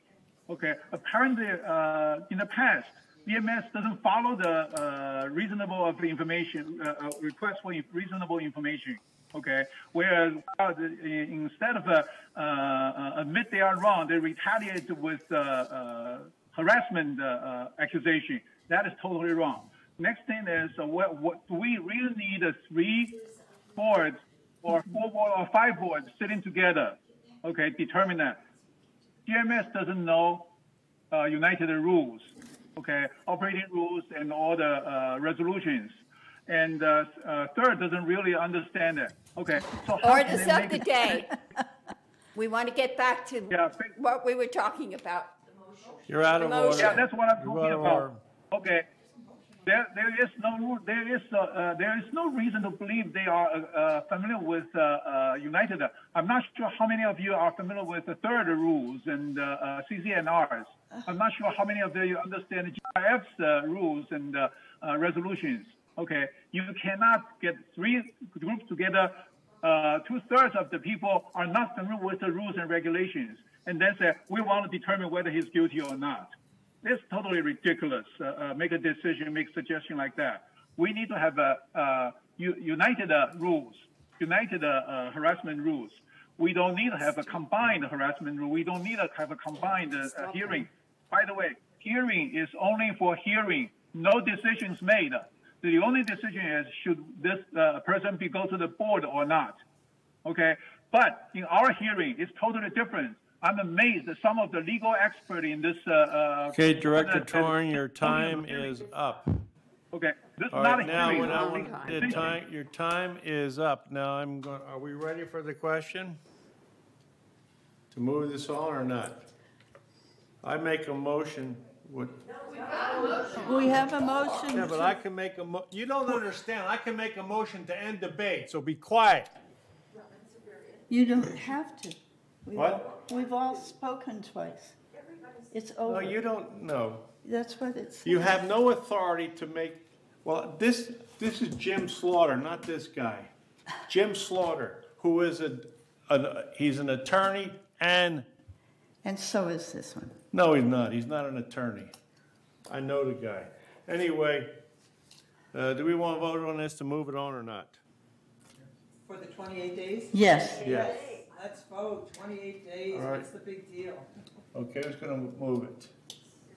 I already did. All right, who's second? Oh, yeah, we I had think- the debate, so let's yes. have the vote. All in favor of the motion signify by raising your hand. All right. All right, let's go around on the board here. Director Ascari, how do you vote on this motion? No.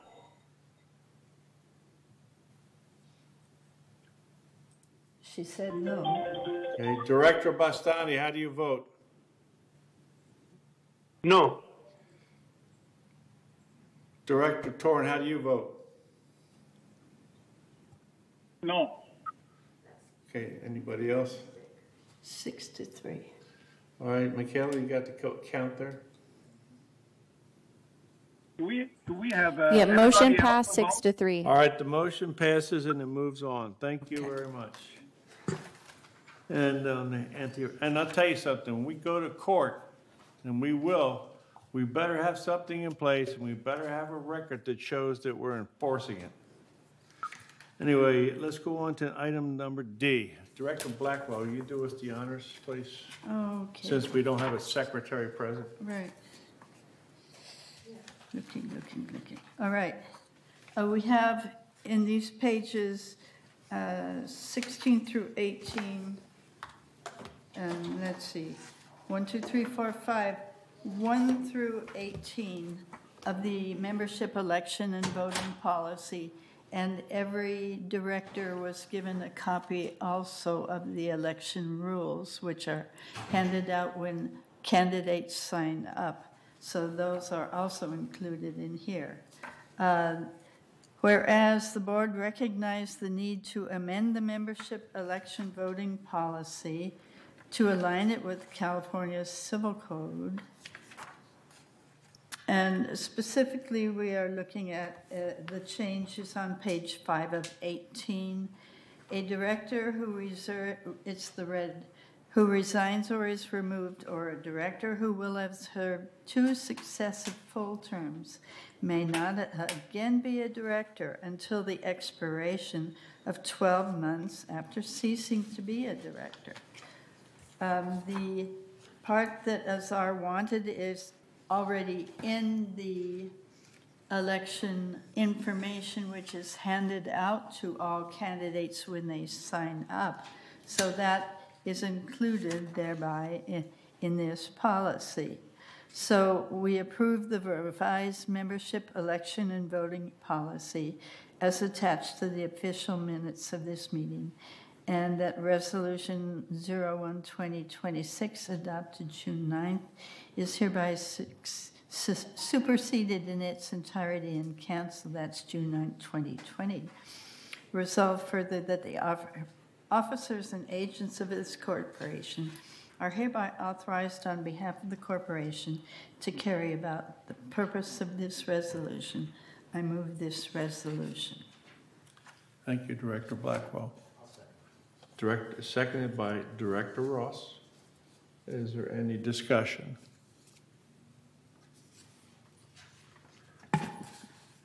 Nobody here at the hand up? Director Torn. Thanks for sharing information. There is one place that I'm I have a little bit question about it. Campaign guideline for United Mutual Board candidate doesn't have a page number, but I counted one. You counted the starting gray one as page 1, 1, 2, 3, 4. Campaign guideline for United Mutual Board candidates. The bottom paragraph, other campaign activities. Okay. I'm glad it's mentioned that candidate may request a membership list by downloading and completing a record request form. Okay, which I'm really glad at. Okay, that's what we're arguing about. But there is something that's still missing here, right? Last year we had a problem that this wasn't stated in there, and nobody else knows that except a few returning board members, candidates. Okay. So my question at this point: is there any other activities that could be allowed? Okay, or they are not? There's nothing else that they are allowed. If there's nothing else allowed, please state so. There is no other activity allowed. Okay, this one leaves a loophole in there that says, I know it, but nobody else is know it, so I'll make an activity, and the argument is that you don't know it, that's your problem. Okay, or we can add another statement that says, if any candidate is allowed for additional activity, additional information, all candidates should be informed and allowed to make the same request before and give sufficient time to process it. Okay, this is the biggest problem we have at this point. So I want to make amendment that change this other campaign activities as no more. If any other candidate receive additional information, all candidates should receive the same additional information. Thank you very much. That's my amendment. Thank you, Director Torn. Director Blackwell. Well, he moved an amendment. Hmm? He moved an amendment. Yeah, but need a second. I second it. And Director Ascari seconds it. Now, what is your amendment again? Can you say it My clearly amendment- for us all to understand, please? My amendment is this. If any candidate receive additional information or perform additional activities as a candidate, the same information or activities should be granted to all candidates. Michaela, did you get that? Or Paul? Paul is taking the minutes. Okay, Paul, did you get that? It is that if one candidate chooses to do some activity or get some information from the board, that activity must be notified to all other candidates so that they have the equal opportunity. Director Torn, is that your amendment? Not just from the HOA, but from the VMS. So now we're really confused. We need to state the amendment clearly. Okay, Mr. President, can I repeat that one? No, He said Andre has any Director information. Torn. Director Torn has the floor, and it's his motion. What is it, Director Torn? And say it so we're trying to copy it down because we can't put it archive it if it's not going to be right. Can VMS Secretary repeat it? Let me see if there's anything missing there.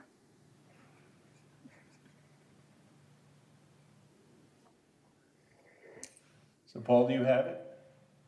He wants to repeat it to see if he. Where did you put it? What would be under 5?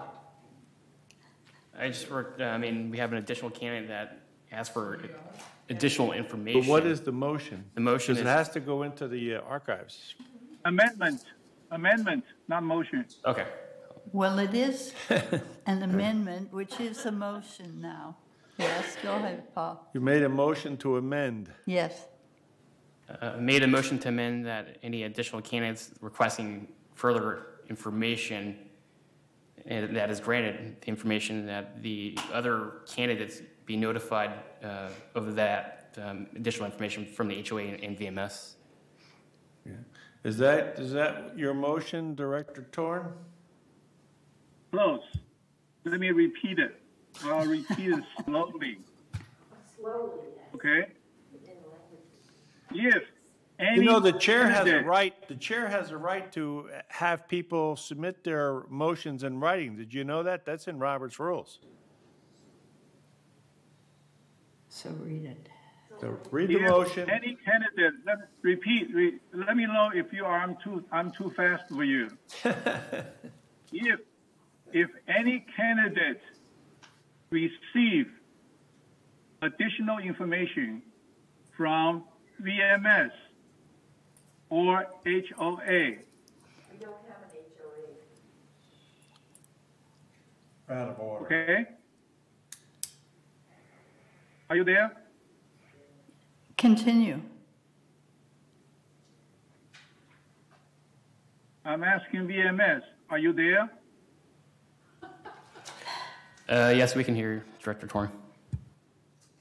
Okay, you're there. So if any candidate receive any information, additional information from EMS or HOA, all candidates will receive the notification and receive the same information as well.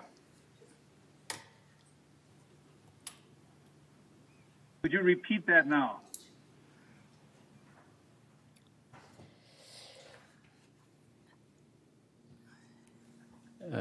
The motion or the amendment is that any candidates that receive additional information from VMS or HOA, that all candidates will receive the same information as well. Yes, thank you. All right, Director Torrance. So As amendment to that other campaign activity in page 4. we're on item D, are we not? You amending D? Yes, Is that what he's 12D. doing? He's amending D? Yes. Do all the directors understand the motion on the floor? And it has been seconded. Do we need to discuss it? Yes. Okay, who's first? Director Blackwell. All right. That's against the rules in Davis-Sterling. In Davis-Sterling, a person fills out a request for information from VMS. That is information which is personally requested by them for an approved purpose. That's what Davis-Sterling says. That's what our form says. It does not allow for everyone else to be given that information because one person asked for it.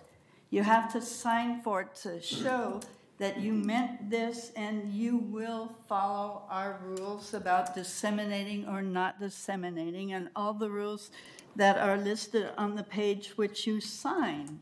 If we just get one person to do it and then he passes the stuff out, it is all unprotected there and it can be misused. He can sell the list to his plumber for $1,000. He can sell the list to his nephew who is in real estate. He can do whatever he wants with the list. And that is the reason why Davis-Sterling has a personal, this is a personal request and a personal issuance. Everybody is told that they may request documents. That's in our document. It says you may request it and you have to fill out the form. Well, that is what Davis-Sterling says. We do not want to take that protection away. So if Cash wants to get that information, that's fine. If Lenny wants to get the information, that's fine, but they must each sign the form of promise and the request. We don't just mean that once it's passed into anybody, he can duplicate the form and the information and hand it out to everybody he wants, wherever in the world he wants to do it. That's the difference with a membership list especially. We do not want people to have easy access to the membership list and give it to other relatives and to businesses and to have our homes and mailboxes inundated by all the mailings and phone calls that would arise, emails from having the list that's given away publicly to everyone in South Orange County. Thank you, Director Blackwell. Now, if this is true that we're in violation of Davis Sterling, the motion is dilatory and out of order. But what I will do is ask, I don't have the Davis Sterling Act in front of us. We can research it. But if it is against violating Davis Sterling, the motion is dilatory and out of order. Thank you. All right, so we go. So that amendment fails. And do we need any more discussion? Excuse me, we have some records. My hand is up. Well, with your hand up, I just told you if this is against Davis Sterling, it's moot. Don't you understand that? If it's against Davis Sterling, we can't break the law. It is not against. Can I explain? No, it's not. It is not. You don't know. Listen, let me tell you something. You don't know Davis Sterling, and I'm asking the staff to help research it because I don't have Davis Sterling in front of me. So if it's against Davis Sterling, I'm not going to allow it to come on the floor. It's dilatory. Mr.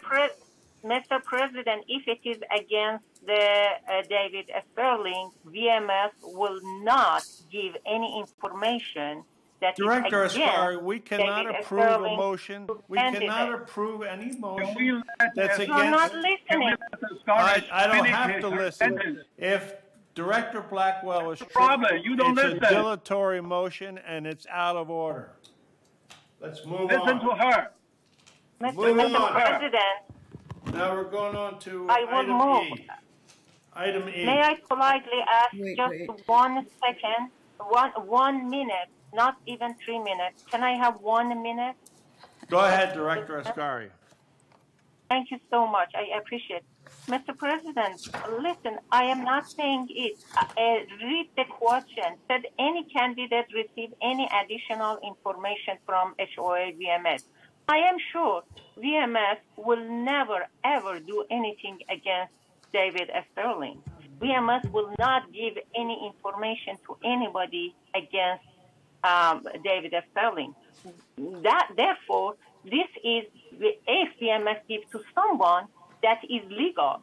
All this motion says, give to other candidates as well. That's all.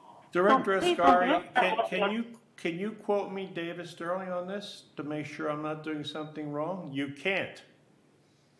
I am saying that VMS will not do against. You're not answering David my question. Sterling. Can anybody here Because- quote me because David it's- Sterling? You can't. So I will not take it. Quoted Dilatory. if when there is nothing against this, how can I quote you, Mr. President? Well, I can't quote There you is either because I nothing don't have against David it. Sterling in front of me. I can't I research hope you all it. Nobody knows what it is. The motion is to accept this and put it over for 28 days. Yeah, so if you accept this, it's 28 days. You can bring it back. But as of right now, if Director Blackwell is correct, then I'm not going to violate David Sterling. So that motion is dilatory by definition, and it's out of order. It's not. It is. My point is, it's not. You're out of Can I order. express it? Can I share with you? You're It's out not. of order. You can bring it up You are in not allowed to 20. share any point that's not. You can You're out bring of it order. up in 28 days when we vote on it for the And vote. Director no, Torn, no, you we do can- not can know we say that David today? Sterling. Don't pretend you do. You do not know David Sterling. And then you call that.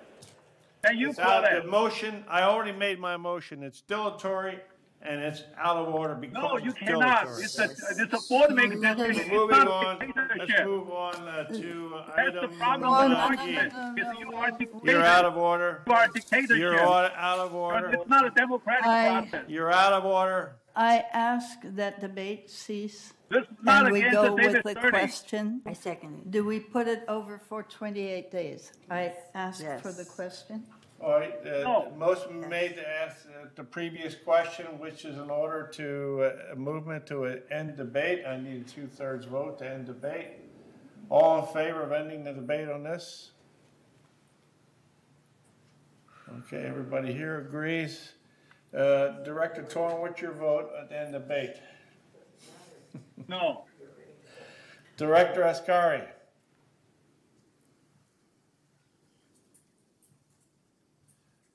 Director Bastani? Anthony, what's your vote? I just voted to end debate. I agree. May I? Well, we're asking for a vote. We're voting on this now. No, I agree with what you said, but that's not the motion. What you said is that you're going to ask VMS to look at it and get back to us. We're voting, Director Bastani, we're voting on We item cannot D. vote on The amendment that was proposed is dilatory by Robert's rules if we're in violation No, of it's Davis not. Sterling. It's not. You do not No, know that's- Davis Sterling. Don't say that you do. So do you. Moving on. That's Maggie's Now we're discussing item D here. Do you Wait, want to wait. vote on it or not? Did you vote? No. Anthony voted yes? We cannot Okay. vote on It's it. the end debate, end debate, end debate. Vote. Well, this Anthony, is, we're vote ending debate yes. now. That's what we're doing. Vote We're having- yes, we need your vote. We I need your- voted. Did you vote yes? Okay, then it's 7-3. All 7 right, to so 3. debate is over. Right. So now we vote on it. Now we vote to put it over for 28 days Yes. and have our questions answered. Yes. So I made that motion. It's made, the motion is made 28. to support it, and Director Ross Then agrees vote. with, he's the second, so let's have a vote. Director Lee, how do you vote? Yes. Director Cash? Director Ross? Director Guy Casey? Director Blackwell? Yes. Director English? Yes. I vote yes. Director Bastani? No. Director Ascari? No. And Director Torn? Not present. He's not responded, so what's the count? 7-2. No. Oh, he's finally answered Oh, no. okay, 7-3. All right, so this goes on as stated here. And E, move on to strategic planning. Now, Director Ascari's done a lot of work on this, but before I turn it over to her, I'd like to ask her to fill us in. She's done a lot of work. She's accumulated a lot of data from other directors. But my experience in corporate America is a strategic plan relates to a business plan or a budget plan, which also relates to a master plan. All three are interrelated when you run a business. You need a budget, and then the master plan, which is a long-term plan, dovetails with this budget plan. And because of those, and the budget plan is the default for everything else. And then after you get your master plan, then you have your strategic plan. So Director Ascari, you've done a lot of work on here. Would you take the floor? Thank you so much, Mr. President. I don't think so at this point. We should give any put time on that. In June 17 at 2 p.m., it is an open session, so I am requesting all residents can contribute. So, Mr. President, to save the time, let's move this one to that, the talk about that on that meeting. It's specifically created for a strategic planning. I am repeating again, June 17th at 2 p.m. Thank you, Director Ascari. Thank you so much. And it was meant for oral discussion anyway. And again, you know, you can't do anything without a budget or a business plan. So, but Director Ascari has done a lot of work on this, so I commend her for that. Thank you very much. Director Torn. I have a question. There's Yes, thank you there very was much. there was Okay. no second any opposition. May I? You have the floor, May I? Director Torn. You may. Okay, yeah, I've been interrupted, and that's where I get a problem with that. Okay, starting from now, I'm counting my time with my own iPhone, okay?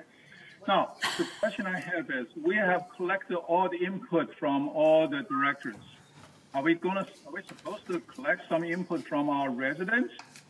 Or just the 11 of us making the decision for the corporate and the residents have no say of that, what they want? What do we want to do with the residents' opinion? Do we claim that we know everything, they don't know nothing?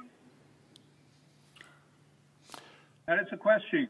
Well, Director Torn, I have already expressed my opinion. Director Ascari has done an amazing work in her personal time for all this, and I really do appreciate that. But my experience in working for different companies is that a strategic plan comes out of the default of a budget plan, because you can't work anything without money. And then also it should be a part of, and it should dovetail with a master plan. And I'm just really proud of what the Director Ascari has done. So, and I leave it her to come up. She's going to, Director Ascari, on the 17th of June, is going to give us her presentation. Is that correct, Director Ascari? Have I got you right? Yes, President. Thank you, Director. One thing very important in the strategic plan is for customer satisfaction. So, do we want to hear what satisfies them? Director Torn, first of all, you're out of order, and I told you you can talk to Director Ascari if you want. She's carrying this on this, and I just made some observations about where a strategic plan belongs in the total concept of a business. Thank you. Let's move on. New business. I have nothing under new business, and again, we've approved this as is, so we move on. Now we'll go for director's comments. I'm going to start with the people here on the board, and Director Lee, you've been awful quiet. Can we have comments from you, please? No, actually, well, we've covered very important things today. I think the anti-harassment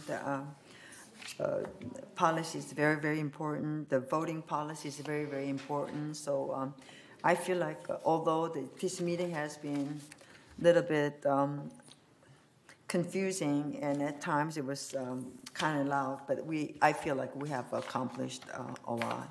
And I'm so glad that we passed all this. Thank you. Thank you, Director Lee. Director Akrakar. No. Director Ross. Director Casey? Nope, thank you. Director Blackwell? No comment. Director English, do you have anything to offer? No, not really. I'm just disgusted with the whole thing, frankly. Thank you. Thank you, Director English. Director Ascari. Thank you, Mr. President. Yes, it was lots of in the agenda, and always the board meeting is like that. And the beauty is a different opinion should be heard. And the role of President, Mr. President, is very important role to not get a little bit high tempered and listen to all people before you mention your famous word of out of order. It's nice if you let people talk and then get the common sense from everything. I appreciate what you are doing. It's a lot of things on your shoulder. And thanks to all directors. And we have to make the tolerance up and be available to listen to opposite opinion as well. Thank you so much. Thank you, Director Ascari. Director Bastani, do you have any comments? I just repeat what I said. The harassment policy was incomplete. It didn't cover the other side. Unfortunately, people passed it. I'm sorry. So hold on, it's his turn. You're out of order. All right, Bastani, are you finished? Yes. Director Torn? Yes, I'm going to pick up my closed meeting agenda right after this meeting. So please, VMS, prepare to print it out, okay? And I also think that the president chairing the meeting most important thing is to listen. If the chair doesn't listen, then there will be argument all the time. Okay, we have to have everybody needs to have the skill, especially on the board, need to have the skill of listen. Okay, before you come up with your own opinions, right? Another thing is this harassment policy. There are so many loopholes in there. It's just so simplified. Nothing's specified there. There's no right for the members. The members have absolutely no right during the hearing. They don't get the investigation report. They don't get to re-examine the information. They don't get the evidence, and the evidence are shared with the committee after the meeting is the resident member leaves the meeting. That's totally unacceptable. I don't understand how we can pass this one. Okay, wait until we get a lawsuit and then we lose. Okay, then we'll come back and tell people who approved this meeting, this committee. All right, I'm not against the committee, but I'm against that this process is full of loopholes. You know, and a lot of the issues are not mentioned. Okay, so they don't have to follow any rule. It's not in the policy, so we don't have to follow them. Right? Thank you very much. Thank you, Director Torn. Director Casey. Yeah, I was just going to say that this is a 28-day. Can you turn on your mic, please? Thank you. This is a 28-day review, so if people have changes they want to make, send them in to Saban. You know. Yeah. Thank you. Michaela? We do have a resident speaker, Richard Rader, on Zoom, requesting to speak, if that's okay. Is the directors okay with that? Sure. It's not on the agenda.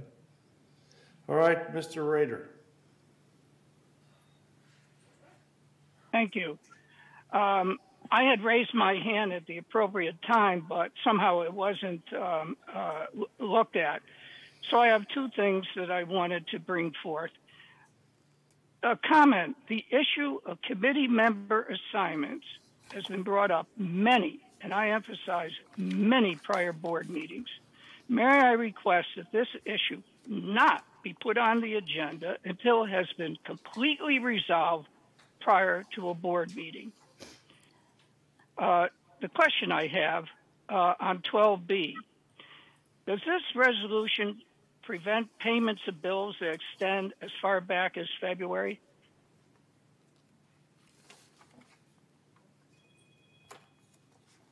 $12 banana or 12 donut? 12 banana. Thank you. Mr. President, may I respond? Director Ascari, you got the floor. Thank you. It was, some question was right after the auditing, and we are discussing on that one, and VMS staff cooperating very well. And however, some questions that I had, it takes time until they find the answer. So there is nothing wrong, but we were waiting for the answers. And as soon as received and discuss all of them, it will be ratified. Yes, all is related to the beginning of the year. No, but my question relates specifically to whether this is holding up bills being paid. Oh, no. Thank you. Sorry, I didn't understand. No. Thank you. Yeah, okay, thank you, Mr. Rader. I have nothing to offer here. So we're going to go on to item number 15 on the agenda, committee reports. Director Ascari, would you like to lead off, please? Yes, please. Thank you so much. If we can have the first slide.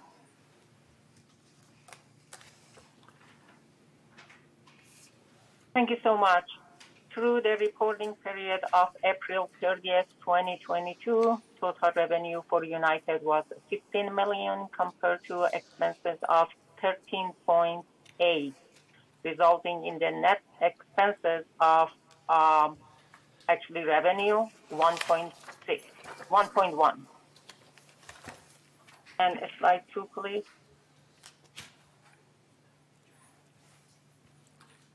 As usual, finance is very sensitive to the operating portion. The operating fund without depreciation shows an operating surplus of $806,000 through the reporting period. This chart shows how much of revenue went to the operation, with 7.5 million coming in from assessment and 520 from the non-assessment revenue, without, of course, unrealized gain. This is compared to operating expenditures of 7.2 million without depreciation. May I have a slide 3, please? Thank you. This next chart takes the full income statement and compares those results to budget. We can see that United ended the period better than budget by 1.4 million when combining both operating and reserve savings. May I have slide 4, please? Thank you. The most significant variances from budget were, of course, as follows. You can see outside service, 1.3 million. It's based on timing. Budgets are spread evenly for programs such as building structure and baseline remediation, tree maintenance, and so forth during the year. So that doesn't mean we are saving right now, so we'll spend during the year. And the next one that you can see is employee compensation, 600,000 favorable variance, resulting primarily in M&P department and landscape due to open positions that we have. And the next one, you can see material and supplies, 222,000 favorable. And that's a result in several areas of operation, such as interior components, paint, carpentry, appliances, due to timing of expenditures. The next or the last favorable is insurance, 110,000 favorable, resulting to lower premiums for property and casualty insurance upon renewal. And we have two unfavorable. Unfortunately, is you can see the biggest unrealized gain loss on investment, $831,000. I know it's hurting. It's unfavorable balance condition for a bond index fund investment during the reporting period. Of course, I should tell that the resident, this is just on the paper right now. Until we're selling, it's not that, but it's just hurting the eyes at this moment. And the next one is utilities, is a 95,000 unfavorable variance due to less seasonal rainfall. Budget was based on a 5-year average of water consumption. However, seasonal rainfall through April was 75% lower than last 5 years, and that is the result of that red bar that you can see. May I have slide 5, please? Thank you. On this pie chart, we show, you can see that non-assessment revenue earned to date of 567,000, excluding the unrealized loss on available for sale in investment. And if you include that one, that the total non-assessment actually become negative, 264,000. So revenue is organized by category, starting with our largest revenue that comes from generating fee and charges to residents, followed by laundry and lead processing fee, resale processing fee, and we go to a smaller, the other one that you can see in the chart. If we can have slide 6, I will go deeper on that one, because on this pie chart, we see the expenses to date is 14 million, and showing that our largest category of expenses, as usual, is employee compensation, followed by property and sales tax, utility, insurance, outside service, materials and supplies, and so forth, that getting the percentage smaller. And if you can see on the upper right corner, we show a breakdown of the utility category, which is good to know how you have to be careful about how you're using the water, especially. Can we have slide 7, please? On this slide, you can see the same, but excluding property and sales tax. Because property sales tax, we directly get from the residents and we give it to the city. So that's even. So it's more clear in this chart to see how revenue compared to expenses this year. Can we have a slide 8, please? Our fund balances are shown here. The contingency fund balance on April 30th, 2022 was 1.1 million. The reserve fund balance on April 30th was 19.6 million. Contributions and investment revenue collected totally 2.8 million, while expenditures, you can see, is 2.3 million. Property tax fund balance on April 30th was negative 124,000, and contribution and investment revenue collected total 4.1 million. So you can see the expenditures was 4.2 million. That's what the result was negative. So slide 9, please. We compare this to historical fund balance for the past 5 years. On this chart is a bar chart you can see, which have average of 20 million, and we are right on that average. You can see that teeny tiny line, horizontal line. And the last chart, we have a slide here to show resale history from 2020 to 2022. Of course, you can see through April 30th to 2022 this year, United sales total 169, which is 45 resale higher than prior year. That's good news for the same period time. The average year-to-date resale price for a United Mutual Manor was $319,000, which is 58,000 higher than prior year for the same time period.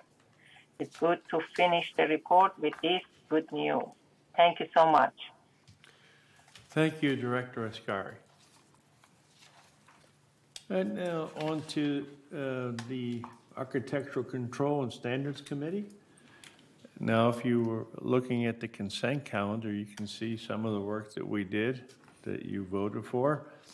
And now, talking to Mr. Mejia while I was back east on telephone, I don't think there's a need for another meeting this month until we find something to have a meeting about. So we don't want to saving staff time and all that. We're going to save a little bit of money. So that's all I have on the Architectural Control Committee.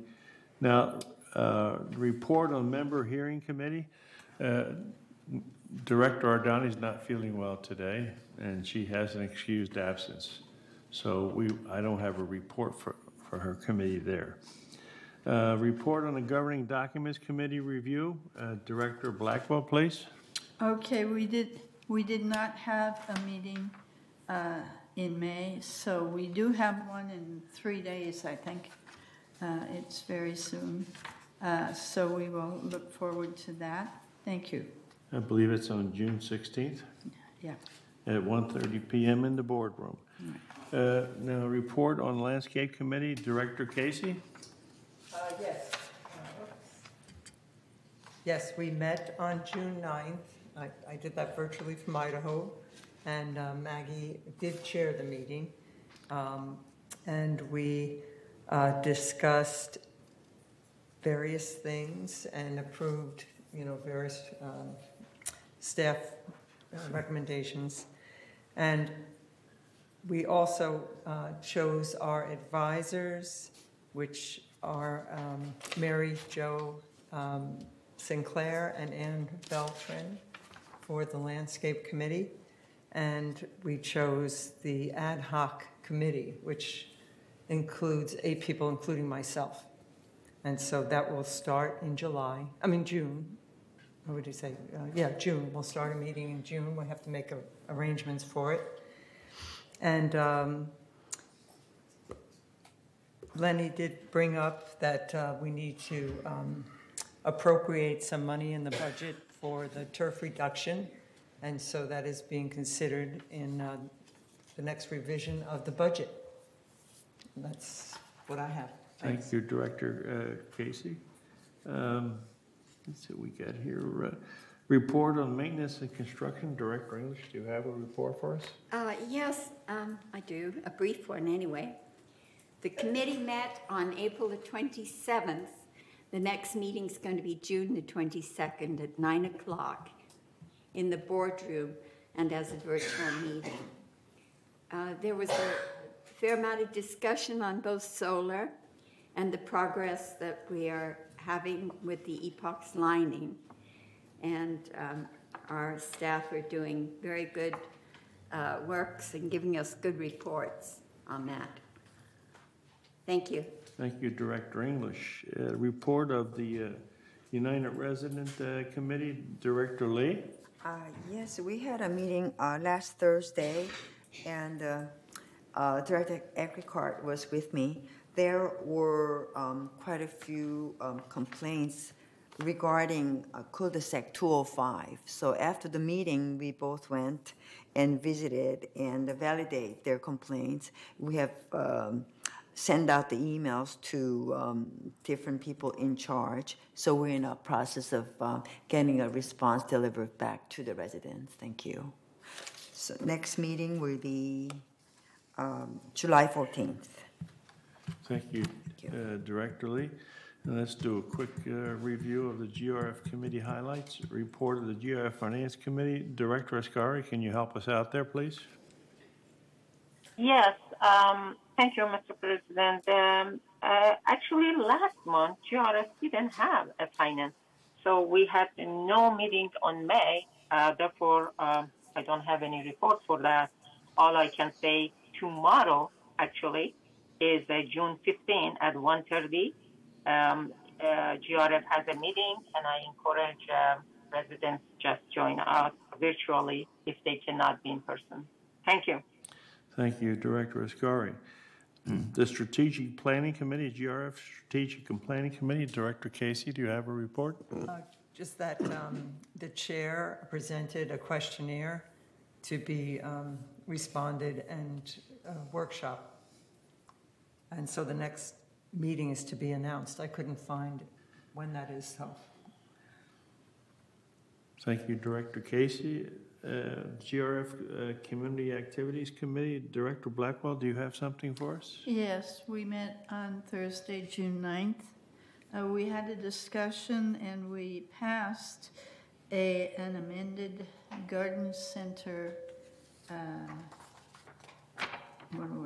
garden center rules. Okay, we discussed and we'll continue discussing the tennis rules, particularly as to the reservations and the 50-50 or 2/3, whatever, for tournaments, which is the confusing point. The committee needs a better understanding of what that discussion is.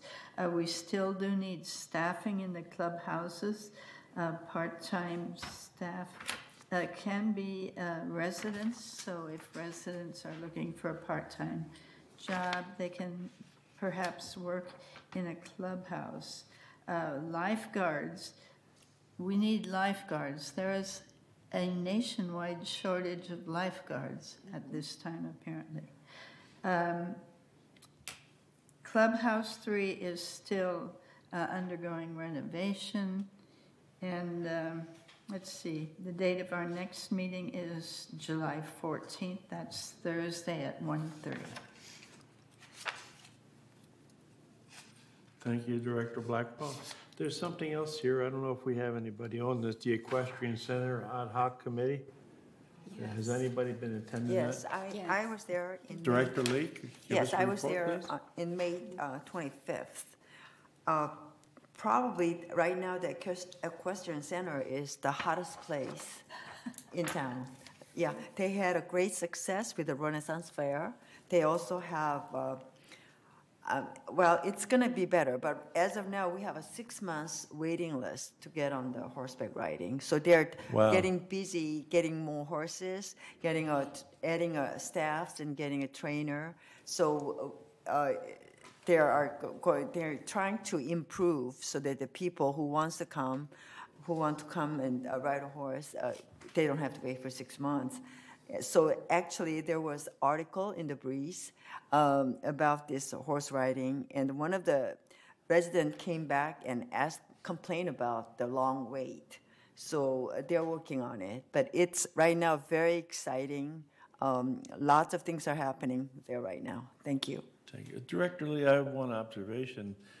Driving my little golf cart through the yard over there, I see one incident they were parking up there and then walking all the way down that little road there to the equestrian center. Do they do that a lot? That's kind of dangerous. Do you know what I'm talking about? They had some kind of event and they were parking all over the place. That lots of things are happening over there. And also they're building, they're upgrading the security measures. They're, for the boarding of the horses, they're building the new facilities there. So maybe it's very, very busy. Yeah. Well, I'm just asking if they're going to have events and have a lot of people over there, and if they use the employee parking, I think they should pay more attention to how people have to walk down that windy road. Yeah. I'm a little concerned about our exposure. I will bring that up in the next meeting. Okay. Thank you. Thank you, Director Lee. GRF Landscape Committee, Director Casey. They had a meeting on June 8th, which I did not attend. I was in Idaho. I had some problems with my internet connection. And the next meeting is September 14th at 1:30. Was there anybody at that landscape committee meeting that has a comment? I was. Okay. Okay, we discussed the creek again, and we discussed the irrigation. We're taking bids or we have bids on a new irrigation center for the village, and that will be controlled by a hand device instead of by devices all over the place where you have to go back to the office to manually arrange things. So this is going to be very wonderful because any irrigation officer wandering around, and they do go around and check all the time, can instantly make a change in time and in cycle at any time, and then book it, and show it on the thing, and that's automatic, and that's a huge, huge bonus. So that's a very good thing. We're looking forward to that. Okay, thank you. And let's GRF Maintenance and Construction Committee, Director Cash Akwakar. There was some discussion about electric cars charging, and maybe next month I'll have a report on it. Thank you. The committee met on June 8th, and the next meeting is August 10th. Thank you, Director. Now, do we have anybody on this ad hoc committee? Director Casey for the clubhouse? Yes. Where are we at with that thing? Yes. We did meet on May 25th. Two designers were presenting their plan, their initial costs, and so then they're going to meet again on June 24th. Thank you, Director Casey. Now, we have the GRF Committee on Media and Communication Committee. Director Ardani couldn't join us today. Has anybody else been there to that meeting? Oh, I was at that meeting. We were talking about, of course, negotiating contracts and so on. We're making a slight change of something. I didn't prepare for this because I wasn't. Okay, but so they are trying to increase communications. We are working with broadband. We've got internet prices have not increased since 2014, so that's probably not going to stay. So we've got a fee for YouTube. We've got Village Television will feature its own foreign film festival in June. So we should have foreign films this month. I didn't notice that they had, but that's what they're going. Otherwise, broadband services accounts for 42% of GRF's non-assessment revenue. So broadband is a huge, huge moneymaker for GRF. Thank you. And our next meeting is June 20th. Thank you, Director Blackwell. And then a GRF report of the Mobility and Vehicles Committee. Do you have something for us there? Oh yes, I was there, and we are looking at leasing programs, and we are looking at used items. But when we are looking at used vehicles, we want white ones because we want to put our logo on the side and maintain the appearance of it. And we also want ones where we can get the parts easily, because if you buy a used product, a used vehicle, and you can't get the parts for it, you've got a very short life for a used vehicle. So when they are considering buying used vehicles, those will do it. But they are looking into leasing and are doing some leasing. So it's coming along.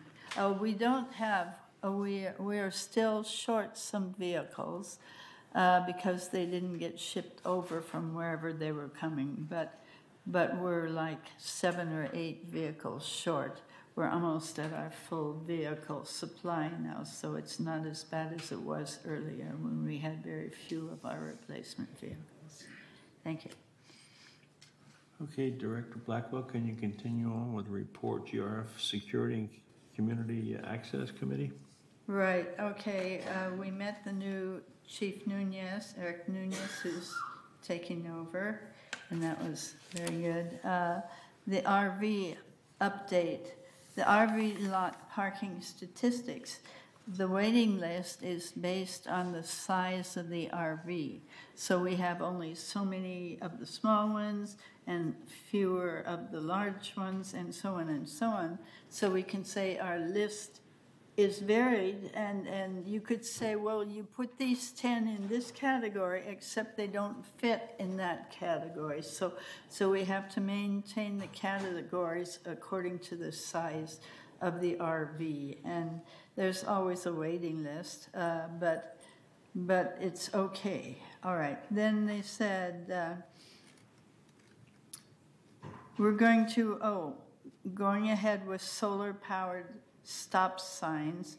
That's a solar power stop sign is going to be lights on the stop sign so that you can see it, and it'll be solar powered, you know, so it's no electrical cost or anything. They're going to put several of those out, and that may be good for us for added safety. We are also putting a couple of no bicycle signs at Aliso Park. So they're going to consider about where to put those and how they need to be, but there will be some no bicycles because they're interfering with the people that are wandering through. You know, it's a nice, peaceful walk, and if a bicyclist comes by you quickly, you might be shocked and things might happen. So they have to have those signs, and that would be good. Our next meeting is June 27th at 1:30. And thank you very much. Thank you, Director Blackwell. And the next committee report would be the Laguna Woods Village Traffic Hearings, ZRF. Director Ardani is excused for some medical issues today, but their next meeting will be June 15th, tomorrow, 9 a.m., and it's a virtual meeting. ZRF committee report on disaster preparedness task force. Director Casey, do you have anything to report on that? Well, the meeting on May 31st was canceled, and the next meeting will be July 26th at 9:30. Thank you, Director Casey. And we have the report of the Purchasing Task Force Ad Hoc Committee, and Director Ardani again is not in today, so we can postpone the report on that. She'll get back to us. And then we have the Information Technology Advisory Committee. Boy, that's a mouthful. Director Casey. Mm-hmm. Well, our new software is going full speed ahead. They're, designing and getting formatting and things like that from the various stakeholders, the people that will be using the software, working with them to get all the strategies in place for the software to work as they need it. And so they had a talk 2 weeks ago. This happens every week, so 2 weeks ago we had a nice presentation from the people, the consultants that are installing and various people that are involved. And last week they just, talked more about the progress of what's going on. So we meet every week. Our next one is June 17th, this Friday. Thank you. Thank you, Director Casey. Report on the Ad Hoc Insurance Committee. I'll take that one. We met and we had a long discussion on this idea of captive group. And the captive group is the logic behind it is very simple, similar to what we do when we get health insurance at work. You get all the people together and you put them in a group and it reduces your rate. Well, a captive insurance group is something similar to that, where you get a bunch of other HOAs or companies and they join together to get their insurance. A good idea, but it's very complicated because a big company like ours may have billions of dollars worth of exposure and another company may only have $1 million worth of exposure, so that has to be all ironed out. My only thing with the committee is, I hear people talking about fiduciary responsibility, and it's our responsibility to check out all the possibilities for Laguna Woods United Mutual and then select the best opportunity. I want to investigate owning or not self-insurance. Self-insurance is a misnomer. In self-insurance, you have an administrative company that does all the administrative work, but you have to maintain a reserve for the deductibles. And companies over the years started tapping their reserves and they went bankrupt. So I worked for a company where we bought our own insurance company. What that does, it knocks out the broker. And we paid $250,000 for a broker, not insurance, last year. And so, I'm not saying we want to do this, but we certainly have to rule it out so I can look in the faces of residents and say, we checked this, we checked that, we checked this, and this looks like to be the best. So right now, we're really hot on this captive group thing, but I like to explore our own insurance company, but it's really complicated with a lot of things to discuss, and I'm not really good on the computer, but I'll try it. And for that, we're going to have another meeting. It hasn't been announced yet. It's to be announced, but I will try to keep you all informed because, as you can imagine, this insurance thing, if we don't deal with it, it's going to really hurt us. Okay,